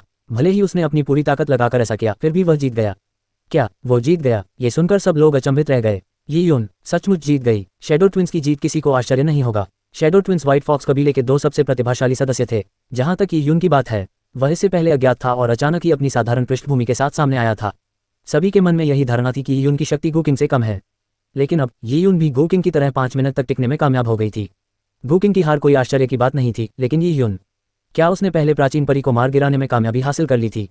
मुझे लगा था कि वह हार जाएगा। युद्ध में उसने जो ताकत दिखाई वह रानजुई से भी थोड़ी कम थी, लेकिन रानजुई प्राचीन परी से लड़ते हुए समय बिताने की कोशिश कर रही थी। जहां तक यियून की बात है, उसने पलटवार किया और अपनी अधिकांश युआनची का इस्तेमाल करते हुए प्राचीन परी की कमजोरी पर घातक प्रहार किया। इसलिए वह जीत गया। उसकी ताकत रानजुई से थोड़ी कम थी, लेकिन फिर भी वह जीत गया। जब एल्डर दुआनमू ने यह कहा तो सभी लोग आश्चर्यचकित रह गए। हालांकि किसी व्यक्ति की ताकत युद्ध के परिणाम में निर्णायक भूमिका निभाती है, लेकिन कई बार लड़ने का जज्बा, तकनीक, इच्छाशक्ति और अंतर्दृष्टि भी महत्वपूर्ण भूमिका निभा सकती हैं। पर्याप्त शक्ति के अभाव में भी यियून द्वारा पहले प्राचीन परी को हराने में सक्षम होना वास्तव में आश्चर्यजनक था। यियून ने सचमुच पहले प्राचीन परी को हरा दिया। गुकिंग चौंक गया। लुओ वंश के शिष्यों में से एक होने के नाते, जिसने अभी अभी एक प्राचीन परी से युद्ध का अनुभव किया था, वह जानता था कि परिशोधन चट्टान में उसका सामना जिस प्राचीन परी से हुआ था वह कितना शक्तिशाली था। वह उसका मुकाबला नहीं कर सकता था। एक स्वर्गिक परी होने के नाते गुकिंग को प्राचीन परियों के प्रति श्रद्धा का भाव था। इसके अलावा यह कोई मायावी लोक नहीं था, बल्कि एक वास्तविक युद्ध था, इसलिए दमनकारी भावना असाधारण थी। फिर भी यियून ने ऐसी परिस्थितियों में भी पलटवार करके एक प्राचीन परी को मार गिराने में कामयाबी हासिल कर ली थी। गुकिंग को यह बात अविश्वसनीय लगी। इसी क्षण श्वेत लोमड़ी कबीले के एक शिष्य की सुस्त आवाज सुनाई दी। उसने केवल पहले प्राचीन परी को मारा है, लेकिन इसके लिए उसे बेहोश होना पड़ा। सीधे शब्दों में कहें तो ये केवल एक आंतरिक संघर्ष है। क्या आपको इतनी बड़ी प्रतिक्रिया देने की जरूरत है? जो लोग इससे अनजान हैं वे शायद सोचेंगे कि उसने लगातार 2 या 3 प्राचीन परियों को मार डाला है। यह मत भूलो कि हमारे श्वेत लोमड़ी कबीले के छाया जुड़वां अभी भी परिशोधन चट्टान के अंदर एक भीषण युद्ध में लगे हुए हैं, और 3 मिनट के निशान पर उन्होंने पहले प्राचीन परी को मार डाला था। ये सुनकर आसपास मौजूद श्वेत लोमड़ी कबीले के शिष्यों ने एक स्वर में कहा, बिल्कुल सही। ये यून ने केवल अपनी हताशा के सहारे ही मंच पार किया। असली मायने में तो ताकत ही मायने रखती है। इस बार श्वेत लोमड़ी कबीले में हमारे पास कई प्रतिभाशाली शिष्य हैं। वरिष्ठ बहनें नोग्यन और नोग्युए ने तो अभी शुरुआत ही की है। जब श्वेत लोमड़ी वंश के शिष्यों ने यह कहा तो लुओ वंश के शिष्य चुप हो गए। दरअसल ये उनका प्रदर्शन बुरा नहीं था, लेकिन ध्यान आकर्षित करने का कारण उसकी निम्न स्तर की प्रारंभिक स्थिति थी। कई प्रतिभाशाली लोगों के लिए ये उनसे बहुत अलग नहीं था। ऐसी परिस्थितियों में ये उन द्वारा पहले प्राचीन परी को मारना आश्चर्यजनक था। हालांकि व्हाइट फॉक्स कबीले के प्रतिभाशाली लोगों की तुलना में वह वास्तव में कुछ खास नहीं था। शैडो ट्विंस वाकई बहुत डरावने थे। तुलना करने पर शैडो ट्विंस वास्तव में ये उनको पीछे छोड़ देंगे। इस समय फेरिफाइनिंग रॉक झिलमिला उठा, क्योंकि कुछ सेकंड के अंतराल पर 2 आकृतियां फेरिफाइनिंग रॉक से बाहर निकलीं। बहुत दर्दनाक। नोग्यू ने अपनी कोमल कलाई को रगड़ा। उसकी बांह खून से सनी हुई थी। जिस तरह से उसने नाक से कुड़ी, उससे वह कुछ हद तक प्यारी लग रही थी। मैं उसे हरा नहीं सकी। उस बैल की खाल बहुत सख्त थी। तलवार से वार करने पर घाव 1 फुट गहरा हो गया, लेकिन दर्जनों बार वार करने के बावजूद कोई प्रतिक्रिया नहीं हुई। नोग्यू ने बड़बड़ाते हुए कहा। हालांकि उसकी बातों से लोग चौंक गए। नोग्यू एक दूसरे प्राचीन परी से लड़ रही थी जो उससे कई गुना अधिक शक्तिशाली था। वह न केवल युद्ध में लंबे समय तक टिकी रही, बल्कि उसने प्राचीन परी को दर्जनों बार वार भी किए। इतना ही नहीं, नोग्यू अपेक्षाकृत कम चोट के साथ बच निकलने में कामयाब रही। चोटें लगने के बावजूद येयून की तुलना में येयून इस समय लुओ वंश के शिष्यों में सबसे अच्छा प्रदर्शन करने वाला शिष्य था, लेकिन वह बेहोश था। लाल परी लोमड़ी ने नोग्यू के सिर पर हाथ फेरते हुए मुस्कुराते हुए कहा, शाबाश। अरे, येयून बेहोश क्यों है? तभी नोग्यू ने येयून को देखा। चूंकि येयून ने पहले उसके कदमों की नकल की थी, इसलिए ये युवती अभी भी उससे नाराज थी। येयून ने असाधारण रूप से अच्छा प्रदर्शन किया और सौभाग्य से पहले प्राचीन परी को मार गिराने में कामयाब रहा, लेकिन उसकी ताकत अंततः अपर्याप्त साबित हुई, इसलिए वह बुरी तरह घायल हो गया। उसकी चिंता करने की कोई जरूरत नहीं है। लुओ वंश का सबसे शक्तिशाली व्यक्ति जियानजू है। लुओ दिव्य हॉल की इस परीक्षा में वही एकमात्र प्रतिद्वंद्वी है जो आपके और नोग्यन के ध्यान देने योग्य है। जब फेरी रेड फॉक्स ने यह कहा तो नोग्यन और नोग्युए ने जियानजू की ओर देखा। राजकुमारी जुएर बलवान थी, फिर भी उनकी प्रतिद्वंदी लुओहुआर थी। उनका और उनकी बहन का मिशन जियानजू को हराना था। चाहे नोग्यन हो या नोग्युए, उन्हें विश्वास नहीं था कि वे हारेंगे। आंटी, चिंता मत कीजिए, मैं जियानजू को जरूर हरा दूंगी, नोग्युए ने मुट्ठी लहराते हुए आत्मविश्वास से कहा। उसने युवांची संचार के माध्यम से यह बात कही, इसलिए हालांकि यह बहुत तेज नहीं थी, फिर भी हर कोई अपनी प्रबल श्रवण शक्ति से इसे सुन सका। एल्डरशी ने जियानजू की ओर अर्थपूर्ण दृष्टि डाली और कहा, मैं ही उनको इलाज के लिए ले जाऊंगा। जियानजू, अब तुम्हारी बारी है। युद्ध की घोषणा हो जाने के बाद जाहिर सी बात थी कि उन्हें उनसे युद्ध में भिड़ना ही था। राजकुमारी पर्पल स्पिरिट के न होने पर जियानजू ही लुओ वंश का चेहरा बन गया था। जियानजू हार नहीं सकता था, या कम से कम वह शैडो ट्विन से हार नहीं सकता था। जियानजू ने गहरी सांस ली और फिर रिफाइनिंग रॉक की ओर चल पड़ा। उसके ठीक पीछे व्हाइट फॉक्स कबीले का एक हट्टा कट्टा आदमी चल रहा था। उसके मन में हत्या करने की तीव्र इच्छा थी और उसकी बाहों के बीचों बीच हल्के हाथीदांत रंग का एक निशान था। उसकी पीठ पर एक भारी तलवार लटकी हुई थी। उसका नाम वुफेंग था। वुफेंग बनाम जियानजू। वहां मौजूद लुओ वंश के शिष्य घबरा गए। येयून की तुलना में वे निश्चित रूप से जियानजू के परिणामों को लेकर अधिक चिंतित थे। अध्याय 888 आदिम अंतरिक्ष। 6 घंटे बीतने के बाद येयून को होश आया। उसने धीरे धीरे अपनी आंखें खोलीं और उसे एक दूसर छत दिखाई दी। चारों ओर देखने पर उसे एहसास हुआ कि वह एक पत्थर के कक्ष में लेटा हुआ है। पत्थर का कक्ष अत्यंत सादा था। आसपास की काली चट्टान को काटकर फर्नीचर बनाया गया था जो भारी और ठंडा प्रतीत होता था। आपकी जल्दी ठीक होने की क्षमता मेरी उम्मीदों से कहीं ज्यादा है, क्योंकि आप 6 घंटे में ही जाग गए। आपका शरीर भले ही मजबूत न हो, लेकिन हैरानी की बात है कि आपने जिस पवित्र अवशेष का सेवन किया उससे मिली ऊर्जा आपके शरीर में बहुत तेजी से अवशोषित हो गई। इसी वजह से आप इतनी जल्दी होश में आ गए। अगर ऐसा नहीं होता तो आप परीक्षा के दौरान होने वाली महत्वपूर्ण घटनाओं से चूक जाते। पत्थर के कक्ष में एक गंभीर दिखने वाला बुजुर्ग भी मौजूद था। येयून को याद आया कि यह बुजुर्ग एल्डरशी थे। धन्यवाद सीनियर। येयून को इस बात का पूरा ज्ञान था कि बैंगनी क्रिस्टल की बदौलत ही वह इतनी तेजी से ऊर्जा अवशोषित कर पा रहा था। बेहोशी की हालत में भी बैंगनी क्रिस्टल ऊर्जा अवशोषित करने और उसके शरीर को ठीक होने में मदद करने में सक्षम था। इसके अलावा बैंगनी क्रिस्टल का अस्तित्व किसी की भी समझ से परे था। येयून के वहां बेसुध पड़े होने के बावजूद एल्डरशी की जांच पड़ताल व्यर्थ थी। वह समझ नहीं पा रहे थे कि येयून इतनी तेजी से ऊर्जा क्यों अवशोषित कर रहा था, क्योंकि उनके लिए बैंगनी क्रिस्टल को ढूंढने का कोई रास्ता ही नहीं था। बैंगनी क्रिस्टल बेहद अद्भुत था। इसका अस्तित्व येयून की समझ से परे था। एल्डरशी वाकई बहुत जिज्ञासु थे। जब उन्होंने येयून के शरीर की जांच की, लेकिन उन्हें सटीक कारण नहीं मिला, तो वे केवल यही निष्कर्ष निकाल सके कि येयून में एक विशेष रक्तवंश है जिसके कारण वह अत्यंत तीव्र गति से ऊर्जा अवशोषित करता है। आखिरकार जीवन जटिल है। अनगिनत रक्तवंश है, इसलिए ये स्वाभाविक है कि कुछ रक्तवंश ऐसे भी होंगे जिन्हें वे नहीं समझते। येयून पत्थर के पलंग से उठ बैठा और अपने शरीर को फैलाया। उसने महसूस किया कि उसकी अधिकांश युवांशी पुनः प्राप्त हो चुकी है। इससे येयून बैंगनी क्रिस्टल के अद्भुत प्रभावों पर आश्चर्यचकित रह गया। सर्वोच्च श्रेणी के स्वास्थ्यवर्धक अवशेष के साथ बैंगनी क्रिस्टल अवशेष के प्रभावों को अधिकतम स्तर तक पहुंचा सकता है। वरिष्ठ, ये कनिष्ठ व्यक्ति पूछना चाहता है कि बाद में रिफाइनिंग रॉक में प्रवेश करने वाले लोगों के परिणाम कैसे रहे। रिफाइनिंग रॉक सरणी से निकाले जाने पर येयून पहले से ही बेहोश था। वह ये जानने के लिए उत्सुक था कि शैडो ट्विंस और प्रिंसेस व्हाइट फॉक्स कितने शक्तिशाली हैं। ये यून का सवाल एल्डरशी की उम्मीदों के मुताबिक ही था। उन्होंने कहा, तुम्हारे बाद शैडो ट्विंस भी रिफाइनिंग रॉक सरनी से बाहर आ गईं। बहनों ने न केवल पहले प्राचीन फे को मार डाला बल्कि दूसरे प्राचीन फे को भी बुरी तरह घायल कर दिया। प्राचीन फे की ऊर्जा खपत लगभग 50% तक पहुंच गई। ये तब था जब शैडो ट्विंस ने अपनी पूरी ताकत का इस्तेमाल नहीं किया था।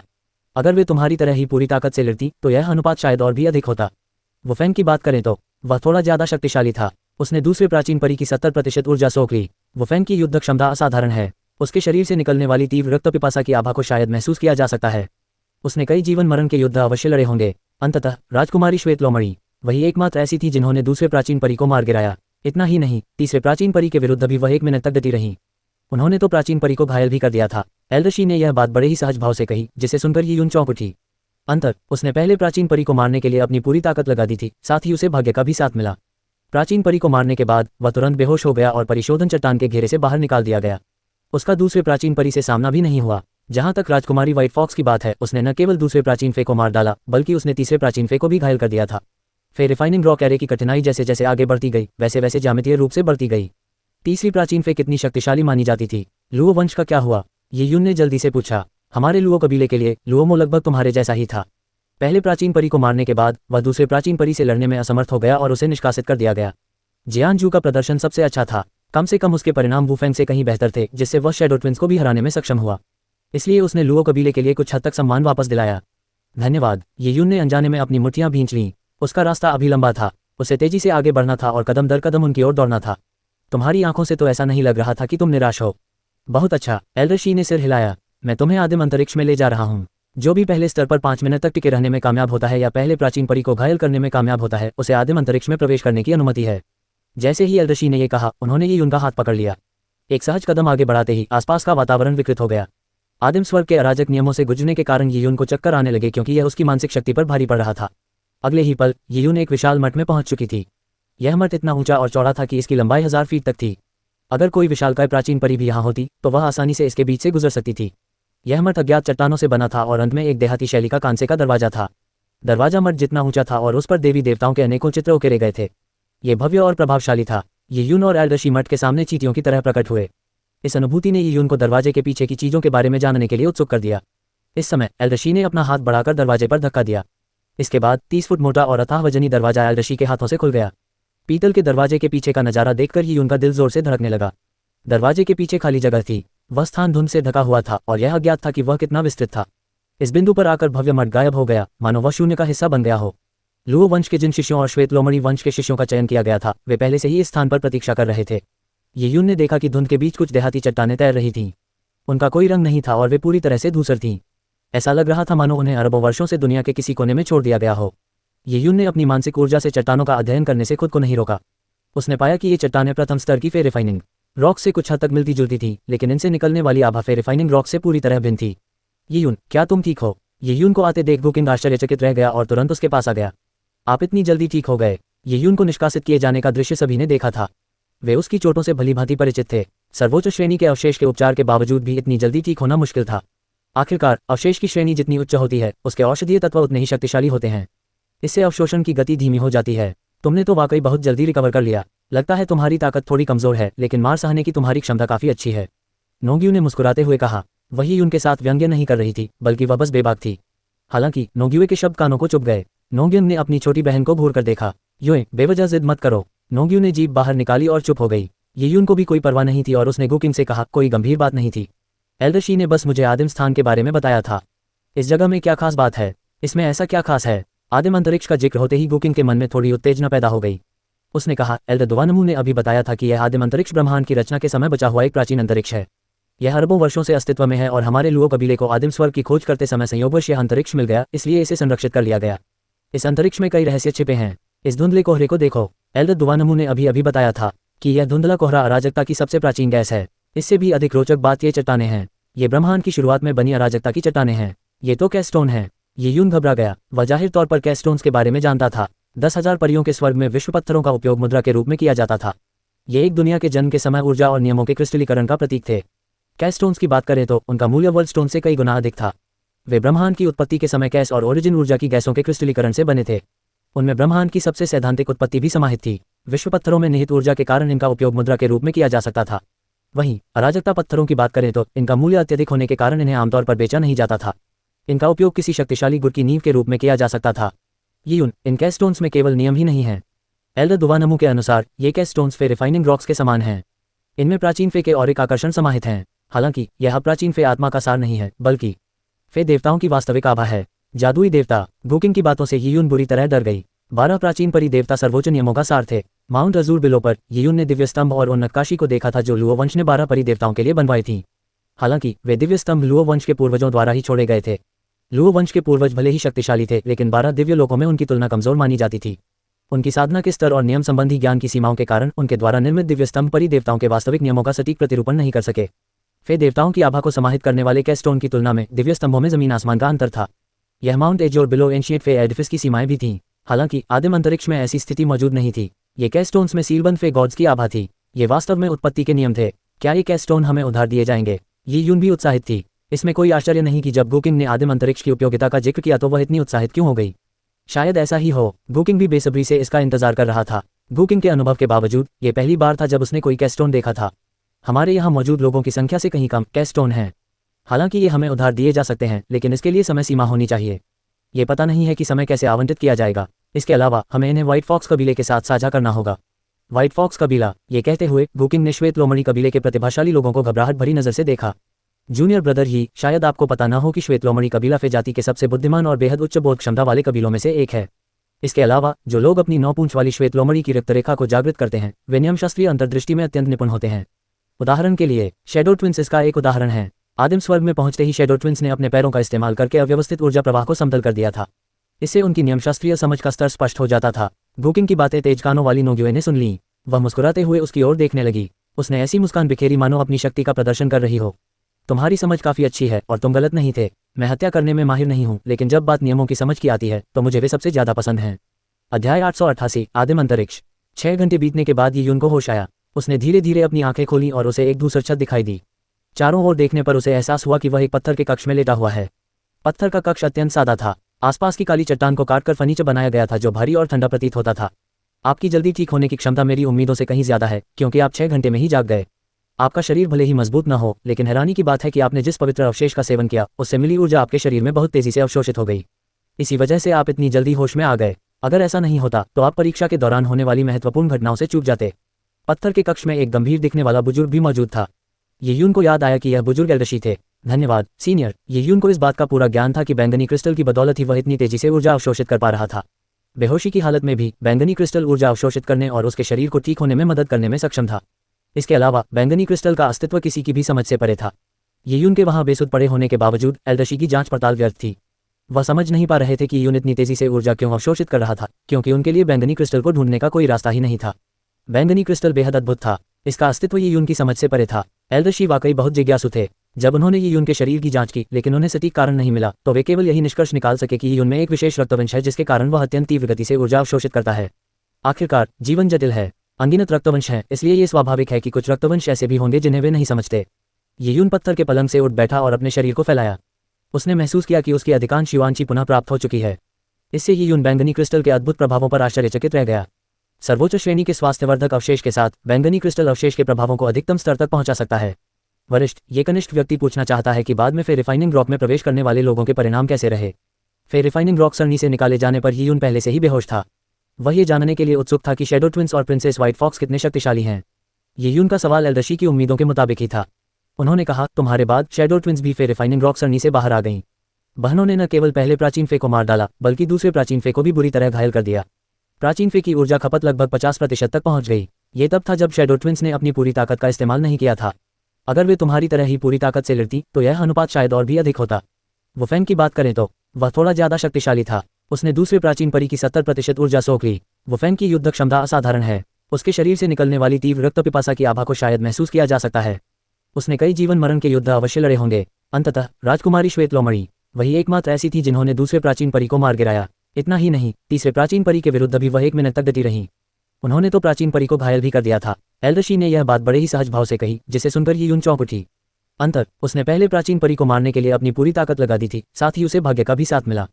प्राचीन परी को मारने के बाद वह तुरंत बेहोश हो गया और परिशोधन चट्टान के घेरे से बाहर निकाल दिया गया। उसका दूसरे प्राचीन परी से सामना भी नहीं हुआ। जहां तक राजकुमारी व्हाइट फॉक्स की बात है, उसने न केवल दूसरे प्राचीन फे को मार डाला, बल्कि उसने तीसरे प्राचीन फे को भी घायल कर दिया था। फे रिफाइनिंग रॉक एरे की कठिनाई जैसे जैसे आगे बढ़ती गई, वैसे वैसे ज्यामितीय रूप से बढ़ती गई। तीसरी प्राचीन फे कितनी शक्तिशाली मानी जाती थी? लुओ वंश का क्या हुआ? ये यून ने जल्दी से पूछा। अब फ्यूचर एड्स, हमारे लुओ कबीले के लिए लुओमो लगभग तुम्हारे जैसा ही था। पहले प्राचीन परी को मारने के बाद वह दूसरे प्राचीन परी से लड़ने में असमर्थ हो गया और उसे निष्कासित कर दिया गया। जियानजू का प्रदर्शन सबसे अच्छा था, कम से कम उसके परिणाम वुफेंग से कहीं बेहतर थे, जिससे वह शैडो ट्विंस को भी हराने में सक्षम हुआ। इसलिए उसने लुओ कबीले के लिए कुछ हद तक सम्मान वापस दिलाया। धन्यवाद। ये यून ने अनजाने में अपनी मुट्ठियां भींच लीं। उसका रास्ता अभी लंबा था, उसे तेजी से आगे बढ़ना था और कदम दर कदम उनकी ओर दौड़ना था। तुम्हारी आंखों से तो ऐसा नहीं लग रहा था कि तुम निराश हो। बहुत अच्छा, एल्डर शी ने सिर हिलाया। मैं तुम्हें आदिम अंतरिक्ष में ले जा रहा हूँ। जो भी पहले स्तर पर 5 मिनट तक टिके रहने में कामयाब होता है या पहले प्राचीन परी को घायल करने में कामयाब होता है, उसे आदिम अंतरिक्ष में प्रवेश करने की अनुमति है। जैसे ही एल्डर शी ने यह कहा, उन्होंने ये उनका हाथ पकड़ लिया। एक सहज कदम आगे बढ़ाते ही आसपास का वातावरण विकृत हो गया। आदिम स्वर्ग के अराजक नियमों से गुजरने के कारण यीयून को चक्कर आने लगे, क्योंकि यह उसकी मानसिक शक्ति पर भारी पड़ रहा था। अगले ही पल यीयून एक विशाल मठ में पहुंच चुकी थी। यह मठ इतना ऊंचा और चौड़ा था कि इसकी लंबाई 1000 फीट तक थी। अगर कोई विशालकाय प्राचीन परी भी यहाँ होती तो वह आसानी से इसके बीच से गुजर सकती थी। यह मठ अज्ञात चट्टानों से बना था और अंत में एक देहाती शैली का कांसे का दरवाजा था। दरवाजा मठ जितना ऊंचा था और उस पर देवी देवताओं के अनेकों चित्र उकेरे गए थे। ये भव्य और प्रभावशाली था। यीयून और एल्डर शी मठ के सामने चींटियों की तरह प्रकट हुए। इस अनुभूति ने यीयून को दरवाजे के पीछे की चीजों के बारे में जानने के लिए उत्सुक कर दिया। इस समय एल्डर शी ने अपना हाथ बढ़ाकर दरवाजे पर धक्का दिया। इसके बाद 30 फुट मोटा और अथाह वजनी दरवाजा एल्डर शी के हाथों से खुल गया। पीतल के दरवाजे के पीछे का नजारा देखकर यीयून का दिल जोर से धड़कने लगा। दरवाजे के पीछे खाली जगह थी। वह स्थान धुंध से ढका हुआ था और यह अज्ञात था कि वह कितना विस्तृत था। इस बिंदु पर आकर भव्य मठ गायब हो गया, मानो वह शून्य का हिस्सा बन गया हो। लुओ वंश के जिन शिष्यों और श्वेत लोमड़ी वंश के शिष्यों का चयन किया गया था, वे पहले से ही इस स्थान पर प्रतीक्षा कर रहे थे। यीयून ने देखा कि धुंध के बीच कुछ देहाती चट्टानें तैर रही थीं। उनका कोई रंग नहीं था और वे पूरी तरह से धूसर थीं। ऐसा लग रहा था मानो उन्हें अरबों वर्षों से दुनिया के किसी कोने में छोड़ दिया गया हो। यीयून ने अपनी मानसिक ऊर्जा से चट्टानों का अध्ययन करने से खुद को नहीं रोका। उसने पाया कि ये चट्टानें प्रथम स्तर की फे रिफाइनिंग रॉक से कुछ हद तक मिलती जुलती थीं, लेकिन इनसे निकलने वाली आभा फे रिफाइनिंग रॉक से पूरी तरह भिन्न थी। यीयून, क्या तुम ठीक हो? यीयून को आते देख गुकिंग आश्चर्यचकित रह गया और तुरंत उसके पास आ गया। आप इतनी जल्दी ठीक हो गए? यीयून को निष्कासित किए जाने का दृश्य सभी ने देखा था। वे उसकी चोटों से भलीभांति परिचित थे। सर्वोच्च श्रेणी के अवशेष के उपचार के बावजूद भी इतनी जल्दी ठीक होना मुश्किल था। आखिरकार अवशेष की श्रेणी जितनी उच्च होती है, उसके औषधीय तत्व उतने ही शक्तिशाली होते हैं। इससे अवशोषण की गति धीमी हो जाती है। तुमने तो वाकई बहुत जल्दी रिकवर कर लिया। लगता है तुम्हारी ताकत थोड़ी कमजोर है, लेकिन मार सहने की तुम्हारी क्षमता काफी अच्छी है। नोंग्यू ने मुस्कुराते हुए कहा। वही उनके साथ व्यंग्य नहीं कर रही थी, बल्कि वह बस बेबाक थी।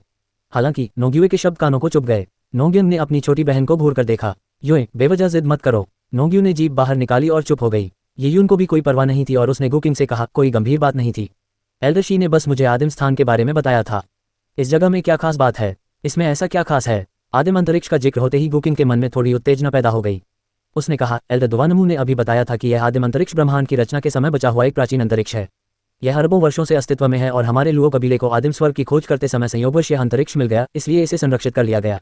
इस अंतरिक्ष में कई रहस्य छिपे हैं। इस धुंधले कोहरे को देखो। एल्डर दुवानमू ने अभी बताया था कि यह धुंधला कोहरा अराजकता की सबसे प्राचीन गैस है। इससे भी अधिक रोचक बात ये चट्टानें हैं। ये ब्रह्मांड की शुरुआत में बनी अराजकता की चट्टानें हैं। ये तो कैस्टोन हैं।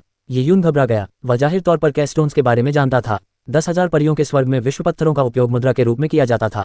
ये एक दुनिया के जन्म के समय ऊर्जा और नियमों के क्रिस्टलीकरण का प्रतीक थे। कैस्टोन्स की बात करें तो उनका मूल्य वर्ल्ड स्टोन से कई गुना अधिक था। वे ब्रह्मांड की उत्पत्ति के समय कैस और ओरिजिन ऊर्जा की गैसों के क्रिस्टलीकरण से बने थे। उनमें ब्रह्मांड की सबसे सैद्धांतिक उत्पत्ति भी समाहित थी। विश्व पत्थरों में निहित ऊर्जा के कारण इनका उपयोग मुद्रा के रूप में किया जा सकता था। वहीं अराजकता पत्थरों की बात करें तो इनका मूल्य अत्यधिक होने के कारण इन्हें आमतौर पर बेचा नहीं जाता था। इनका उपयोग किसी शक्तिशाली गुड़ की नींव के रूप में किया जा सकता था। यीयून, इन कैस्टोन्स में केवल नियम ही नहीं है। एल्डर दुवानमू के अनुसार ये कैस्टोन्स फे रिफाइनिंग रॉक्स के समान हैं।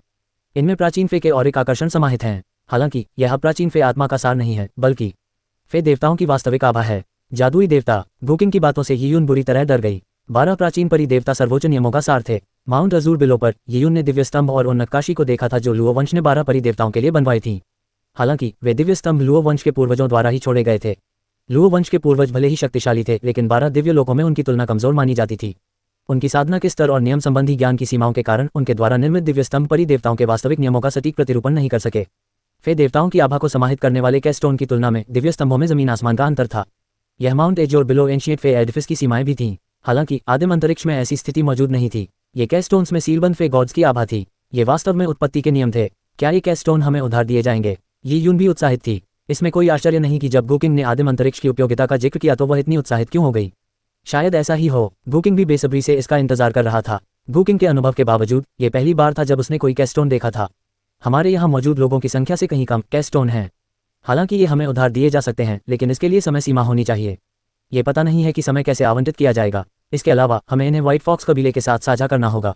व्हाइट फॉक्स कबीला, ये कहते हुए गुकिंग ने श्वेत लोमड़ी कबीले के प्रतिभाशाली लोगों को घबराहट भरी नजर से देखा। जूनियर ब्रदर ही, शायद आपको पता न हो कि श्वेत लोमड़ी कबीला फे जाति के सबसे बुद्धिमान और बेहद उच्च बोध क्षमता वाले कबीलों में से एक है। इसके अलावा जो लोग अपनी 9 पूंछ वाली श्वेत लोमड़ी की रक्तरेखा को जागृत करते हैं वे नियमशास्त्रीय अंतर्दृष्टि में अत्यंत निपुण होते हैं। उदाहरण के लिए शैडो ट्विंस इसका एक उदाहरण है। आदिम स्वर्ग में पहुंचते ही शैडो ट्विंस ने अपने पैरों का इस्तेमाल करके अव्यवस्थित ऊर्जा प्रवाह को समतल कर दिया था। इससे उनकी नियमशास्त्रीय समझ का स्तर स्पष्ट हो जाता था। गुकिंग की बातें तेज कानों वाली नोग्योए ने सुन ली। वह मुस्कुराते हुए उसकी ओर देखने लगी। उसने ऐसी मुस्कान बिखेरी मानो अपनी शक्ति का प्रदर्शन कर रही हो। तुम्हारी समझ काफी अच्छी है और तुम गलत नहीं थे। मैं हत्या करने में माहिर नहीं हूं, लेकिन जब बात नियमों की समझ की आती है तो मुझे वे सबसे ज्यादा पसंद हैं। अध्याय 889, केवल सूप बचा है। एल्ड दुवानमू लुओ कबीले और व्हाइट फॉक्स कबीले के शिष्यों के सामने खड़े होकर धुंध के बीच तैरती प्राचीन चट्टानों को देख रहे थे।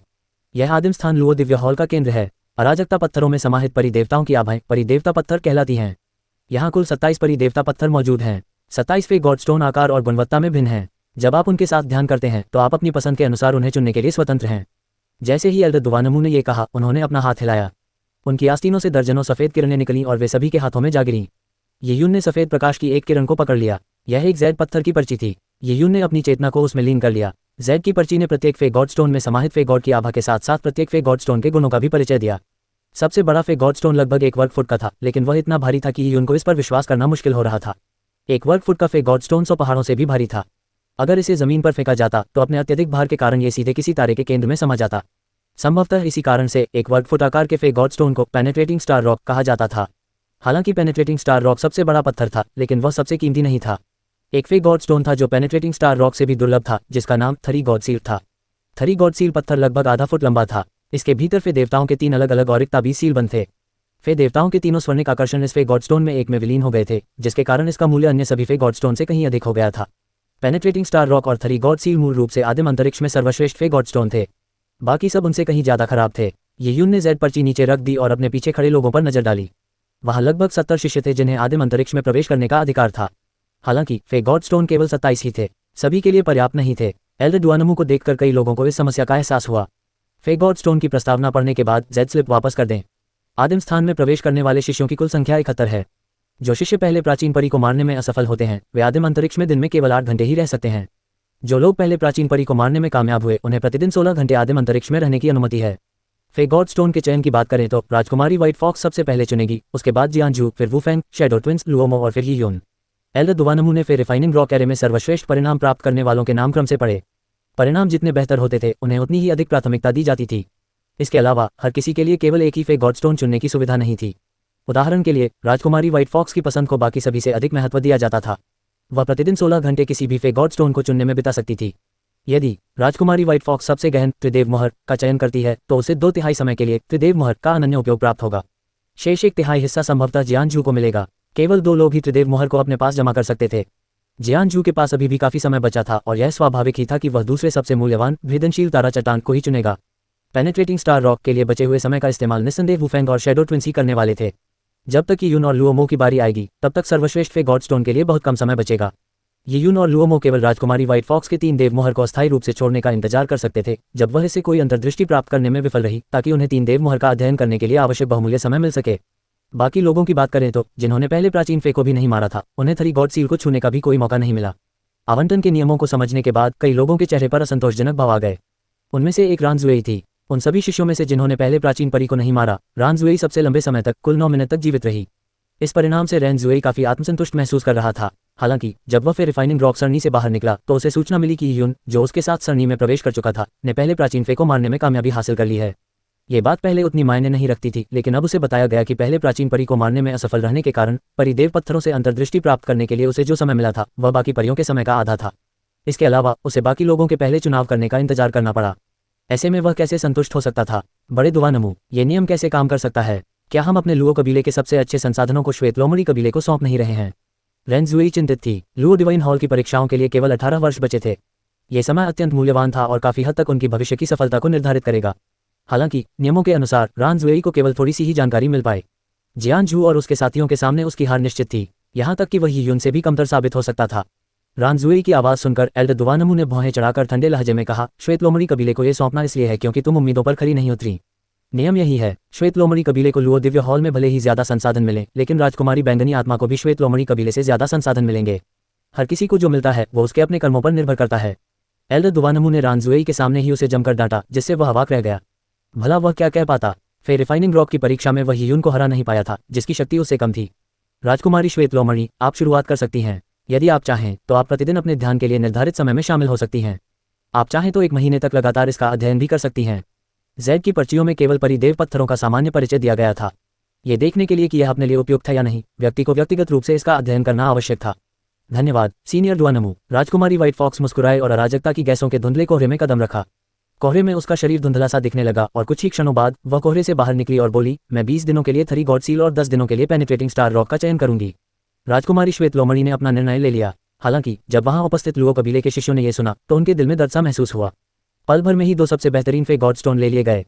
इतना ही नहीं, ये तो सिर्फ पहला व्यक्ति था और इतना समय बीत चुका था। जब उनकी बारी आएगी तो कितना बचेगा। एल्डर दुआनमू को राजकुमारी श्वेत लोमड़ी के इस चुनाव पर कोई आश्चर्य नहीं हुआ। सभी परिदेव पत्थरों में से त्रिदेव मोहर सबसे अधिक शक्तिशाली थी। इसमें निहित नियम भी सबसे जटिल थे, इसलिए राजकुमारी श्वेत लोमड़ी द्वारा इसे चुनना स्वाभाविक था। अगला जियान झू ने वुफेंग को बहुत कम अंतर से हराया था, लेकिन अब वह मामूली बढ़त बेहद महत्वपूर्ण थी। वरिष्ठ दुआनमू, मैंने भी यही चुना है। मैं पहले 20 दिनों तक पेनिट्रेटिंग स्टार रॉक का अध्ययन करूंगा, उसके बाद 10 दिनों तक थरी गॉड सील का अध्ययन करूंगा। जियान झू द्वारा फे गॉड स्टोन्स का अध्ययन करने का समय राजकुमारी व्हाइट फॉक्स के अध्ययन के समय के पूरक था। पहले महीने में 2 सर्वश्रेष्ठ फे गॉड स्टोन पर उन दोनों का एकाधिकार था।